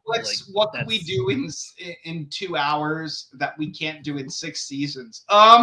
Clearly a lot. Even the minimalist things in Cobra Kai were interesting. And when like some of the Cobra Kai students are going over to Miyagi-Do and they're trying to work together, like, how can we work with you? They were with Cobra Kai last week. You know, screw these guys. Yeah. It's like, I was one of them. And he that's like that little him being, I'm like, oh yeah, I guess he was.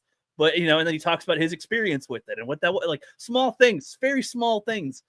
Him fishing or something is like, you know, it like sees Miyagi on the beach and he's like, you know, oh, something, whatever, fish will come to you. Like you do one of those small things, small moments, small lines. Capitalized. How's Karate Kid Legends gonna hold a candle? I just don't think it will. But I'm hoping if that's the case, that it's more of a Jackie Chan movie. I'm hoping it's more of a Jackie Chan movie than it is anything to do with actual Karate Kid and Daniel LaRusso. Daniel LaRusso has like 5 minutes, and that's it. He has 5 minutes, and it's a real like it's the last Jackie Chan movie, and he like dies, and like it's like Martin Kove and the series, like it's gonna be like his last hurrah, like of all movies, like he's retired. Like after that would be like that would be amazing if he's like, hey, this is the one thing, like aside from like Rush Hour 3, like this is like the one thing that's like really left on my mind. Like I need to conclude this. Like I need to make this right. Like it could be that. Like it could be the last like really amazing Jackie Chan like sparring movie. Hoping so.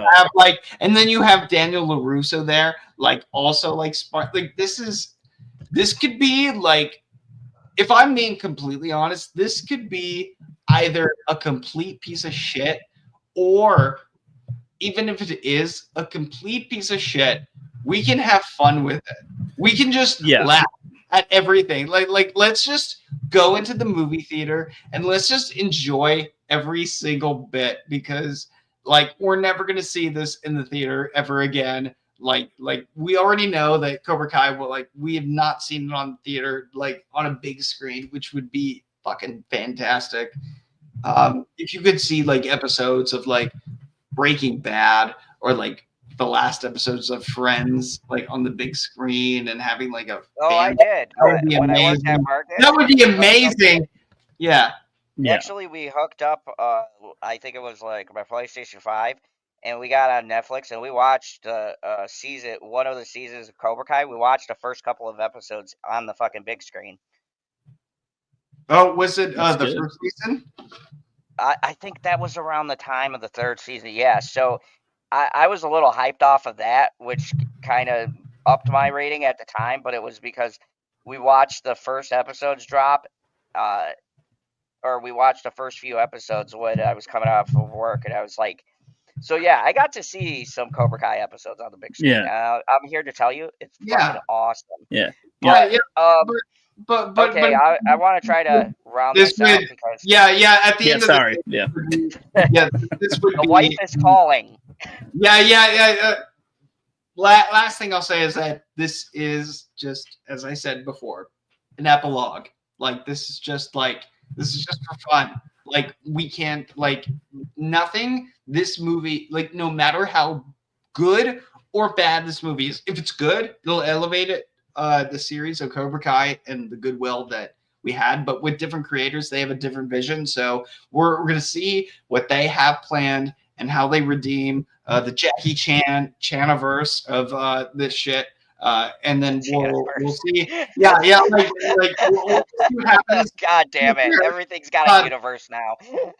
It's a Jackie Chaniverse. Point being, we'll see how they try to, what Cobra Kai did with Johnny Lawrence's story. Let's see what they do with whoever the fuck Jackie Chan's character is. Like, we'll see. Like, if there's actually a story to be told, maybe I'll rewatch the 2010 Karate Kid. And his name was Hans, I think. Mr. Hans. Hans. Another Linkin Park reference. It's So we'll see what Mr. Hans has to do with, and he's actually Asian, by the way. Yeah. Joe Han from Linkin Park. Like, we all knew that Jackie Chan was Asian, right? Right, guys?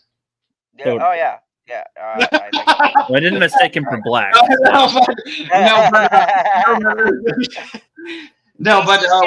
good job. Anyway. But the worst comes to worst, it's just going to be an honorable trash film that we just are like, yay to the good parts. Honestly, I'm gonna be honest. Seriously, this is the kind of movie that we are so hyped up from Cobra Kai. Let's just not expect quality. Let's just go into it just having fun. Not giving a fuck. I think let's just be like, yes, and just cheer on whenever the movie wants us to. I think with this, my personal opinion is that really they're in a better spot than most things that try to continue stuff, because it's removed enough to where you won't do damage to the primary series. But it also has the potential that if it does good, and if it is better than we're all thinking it'll be, that, okay, we can add different legends now. We can do different stories, and we might have a couple of cool little movies that kind of add as, like, good compendiums to this show. Like, they're not a part of it, but you know the characters from the show. And I think that's what excites me the most, is if they can make even a halfway competent movie, it at least justifies doing more in the universe. And I think it keeps some of the things in the universe alive. Whereas, like, a lot of the different things we've seen now are just dead in the water, and they can't get their feet back on the ground. Like I was saying, and shameless plug for myself, I will have a review on Captain America: Brave New World. If you're a fan of the 2008 Hulk movie, this was a banger. If you fucking forgot that movie, good luck following the fucking plot. But it was like I was saying about that movie. It's not that it's bad, but it's not at the same quality or even remotely close to the quality of what I'm used to seeing from a Captain America movie. And a lot of these franchises are stuck in that rut where they're trying to recapture something. And I think this movie, from the sense I'm getting, is not trying to recapture anything. It's trying to continue something, get people excited, build more on the universe, as opposed to trying to cash in on... I don't get the sense they're trying to cash in on Cobra Kai. Looking at the story, it looks like, okay, we have a story to tell. I don't know if you guys are going to like it, but here's what we got. And I think if they're just earnest and they create their own good, compelling story, then it's a good way to continue this universe and keep the goodwill going. But if it dies here, it still goes out with a bang, because we still have a strong final, a good end to the show. And I think anything beyond this is going to just be icing, Like, oh, now look at this. We got a good movie. Oh, we got a new movie coming out. Now I can get excited about this. Oh, shit. Maybe they do a trilogy of movies and they turn out to be good. I mean, that's best case scenario in my head. Like, I won't be mad by the scenario. Yeah, I hear that they want to make a Miyagi prequel, which I don't think they need to get. Stop doing prequels. Stop doing prequels, please. This is fine the way it is. Don't stop adding things, going back. They did that. They said that with John Kreese, that they would make a. It's like, no, he's interesting because he's interesting because he was. I mean that's man cool for so long. Yeah, and also we've known him as as an action star, like sort of hero, like, or villain mostly. Man, like, it just, We don't need to see the adventures of Terry Silver. We see we, where we he don't. is, and we don't need to have the history of it. We're fine. Did you guys see like the clues that were in season 4 of like oh, I'm sick or something like that? Like I did not. No, first. I thought he Like, wanted to make an empire. I thought he was trying to build an empire on Cobra Kai, like make the legend come true. That was it.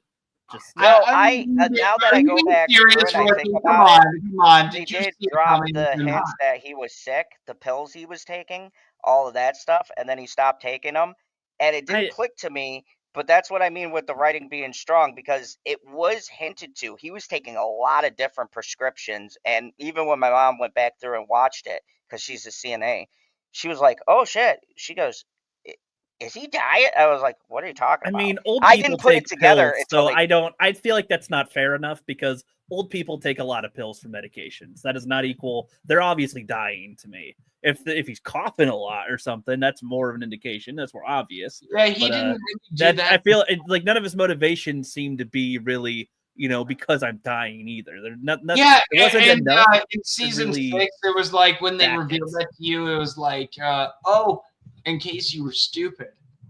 and then him hitching on.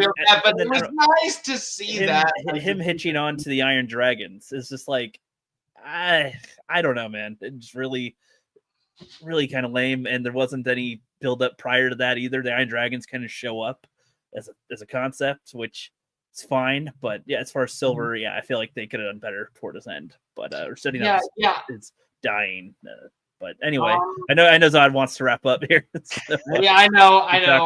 We could probably talk another time with this stuff you guys want to. I've been wanting to talk about it with people, but not enough people have seen the whole show yet. So not a lot. A lot of people in my personal life have even known about it. So, like they don't even know it exists. I have a lot of coworkers that are 20 years old that have not seen the original Karate Kids, but have watched Cobra Kai on Netflix. So okay, I've had people. Yeah, I've known people like that too. And people the exact opposite. I can't get my parents to watch Cobra Kai. Like they're like, okay, and then my mom will look up the entire season of what happens. I'm like, what the fuck? Dude, that's no fun.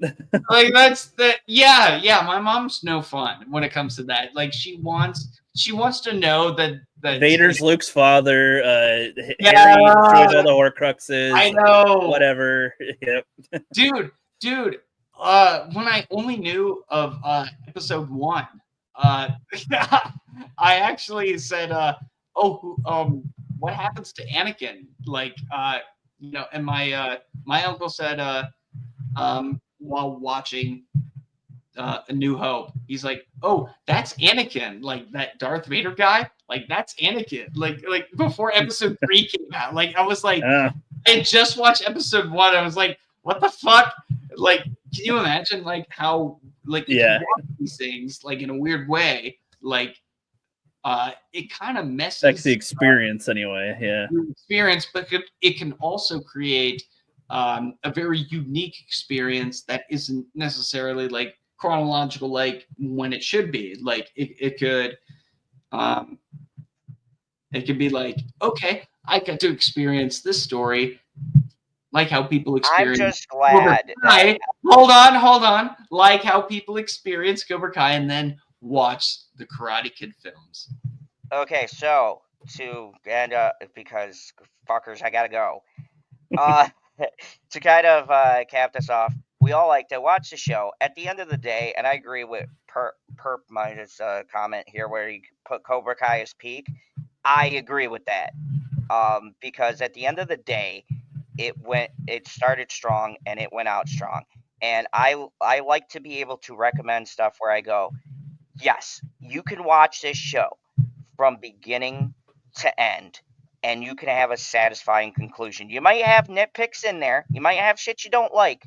But at the end of the day, I think this is one of the few shows where I could recommend the whole entire show. I might just tell you, characters come out mostly unruined. They're mostly intact, if not in a better spot than where we left them. But where we left them, everybody gets a good, satisfying arc, and it's wrapped up fairly well. So at the end of the day, guys, fucking watch Cobra Kai. What are you doing if you haven't? The only weirdo I know is the person that I'm marrying. She doesn't like Cobra Kai. I fucking tried. She'll never like. She's laughing right now. She's just not a fan. She thinks it's fucking cheesy. And Well, it's I cheesy, get but it. She yeah. doesn't have good taste and stuff. She doesn't like cheese. Cheese She is said it's delicious. stupid and funny to laugh at. Yes, cheese is delicious. So it's Cobra Kai. What But is yeah, that? so see, but at the end of the day, I think this is a fun show that everybody can watch. It's got good lessons, it's got good character growth and development, and we start the characters in one place, they end in another. It all makes sense. There's some strong acting in here, and I think it's worth the journey. I think this is the first show in a very long time that I could say, yes, watch this from beginning to end. You will have a good time. You might not like everything, but you're going to get everything out of it that you would want if you're a fan of this franchise, or if you just like karate or crazy shit in general, or even the commentary it's had through the years about social media and how people base shit, like the woke shit, and their little shots they took at that culture. It and it's so cleverly done, and it doesn't like shit on one side or the other, but it's like, yeah, both of these sides are ridiculous. I like that. Everything in this show was about balance, and I think it ended it balanced. And hopefully, the movie doesn't disappoint us. But I do want to thank Justin Proper and Ricky Claret, because fuck, the last time Ricky was on here, I think didn't have any facial hair, and it wasn't fucking gray. It's been that long? Jeez. By the time you got back on this channel, I grew a full beard. Well, the beard turned gray. It's like, yeah. I grew a beard in a week, but it's going to be a while before it turns gray. But thank you, everybody. Nerd2 was on here. Thank you for stopping by. Everybody who watched this, thank you. We appreciate you. Later tonight, I'll probably have a review on Captain America: Brave New World. So much to say about that. It will be spoiler because I can't talk about what I dislike without spoiling it. So it's going to be a spoiler review, which is why I waited a couple of days.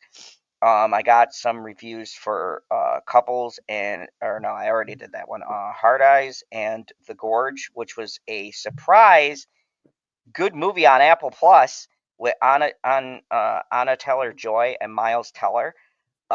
Great fucking surprise movie. I don't know why Apple doesn't promote their shit better, because they've had some bangers on there. They've had some great movies that no one will ever watch because they don't have fucking Apple Plus. I'd say Apple, there's a lot of ones that I want to see, but they're on Apple, and I'm not getting Apple. So yeah, that's and dude, the quality is there. Like if you watch their shows, like I watched the show Servant and something else that was on C I'm watching with Jason Momoa. They have some fucking excellent quality writing, and nobody will ever fucking watch it because it's on Apple TV. Yeah. So yeah, I feel like they'll make it available someday to other places eventually, maybe. So, yeah, I hope they put the shit on Amazon so people can buy it and actually. At least I'd be able to rent it or something. Buy it, rent it. Yep. But anyways, thank you guys for watching. I'm gonna have more coming out. Thank you guys. It's the end of a journey, but we're not gonna be done, because me and Justin Proper are going to be doing a final tier list for every season of Cobra Kai and doing a send off. Maybe I want to do a tier list for the characters, so I can put Sam at the fucking bottom. Worst character ever created. Beyond trash tier. Hold on. Like, I will. I'll save it for next week. Or yeah. Whenever we go on, but there's something I do want to show you guys, because I did get to meet the Cobra Kai panels, and I did get to ask a question, so I want to share it with you. But yeah, maybe I'll share it next week. Yes, or when we do the tier list. So, anyways. Yeah. Like when we do the tier list, yeah, that'd be great. I mean, and Rookie, if you're free tomorrow, we're probably going to do a tier list for the seasons if you want to jump into that. Yeah, probably tomorrow. Yeah, should be able to.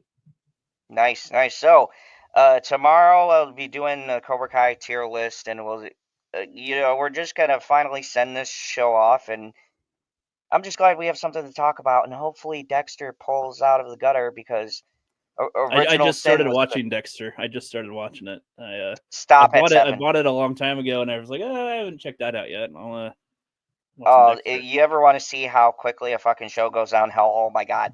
Trinity Killer literally killed the series because after John Lithgow, they could not top his performance. It was just like, I've never seen a character that killed a show so badly because the performance could never be matched. Wow. What are you doing? Are you doing baseball signs? Okay. All right. I'm editing it now. Okay, I gotta go because my lovely lady has to get herself together. Okay. I love all you guys. Thank you for coming. Thank you for watching, and we will see you guys tomorrow. Justin, we'll talk about what time. I'm actually posting. I know. I'm posting the clip right now because I couldn't send it to anybody. Do you guys want to see it now, or do you want to wait? I'm gonna wait because I have to fucking get off here. You can't see it now. I just posted it. So yeah, send the in the. Fine, I guess. Come on. Do you have 2 minutes? I literally don't. I gotta go. She's gotta use the mirror. I'm sitting next to it. Yeah. So I uploaded it on the internet for no goddamn reason. Well, we will show the clip tomorrow. I fucking hate you. I love you too, Justin. Anyways, thank you everybody for watching. As always, remember, there is only one rule here in the Phantom Zone. Kneel. No, I'm presenting it right now. So at least Rookie can see it. You inconsiderate.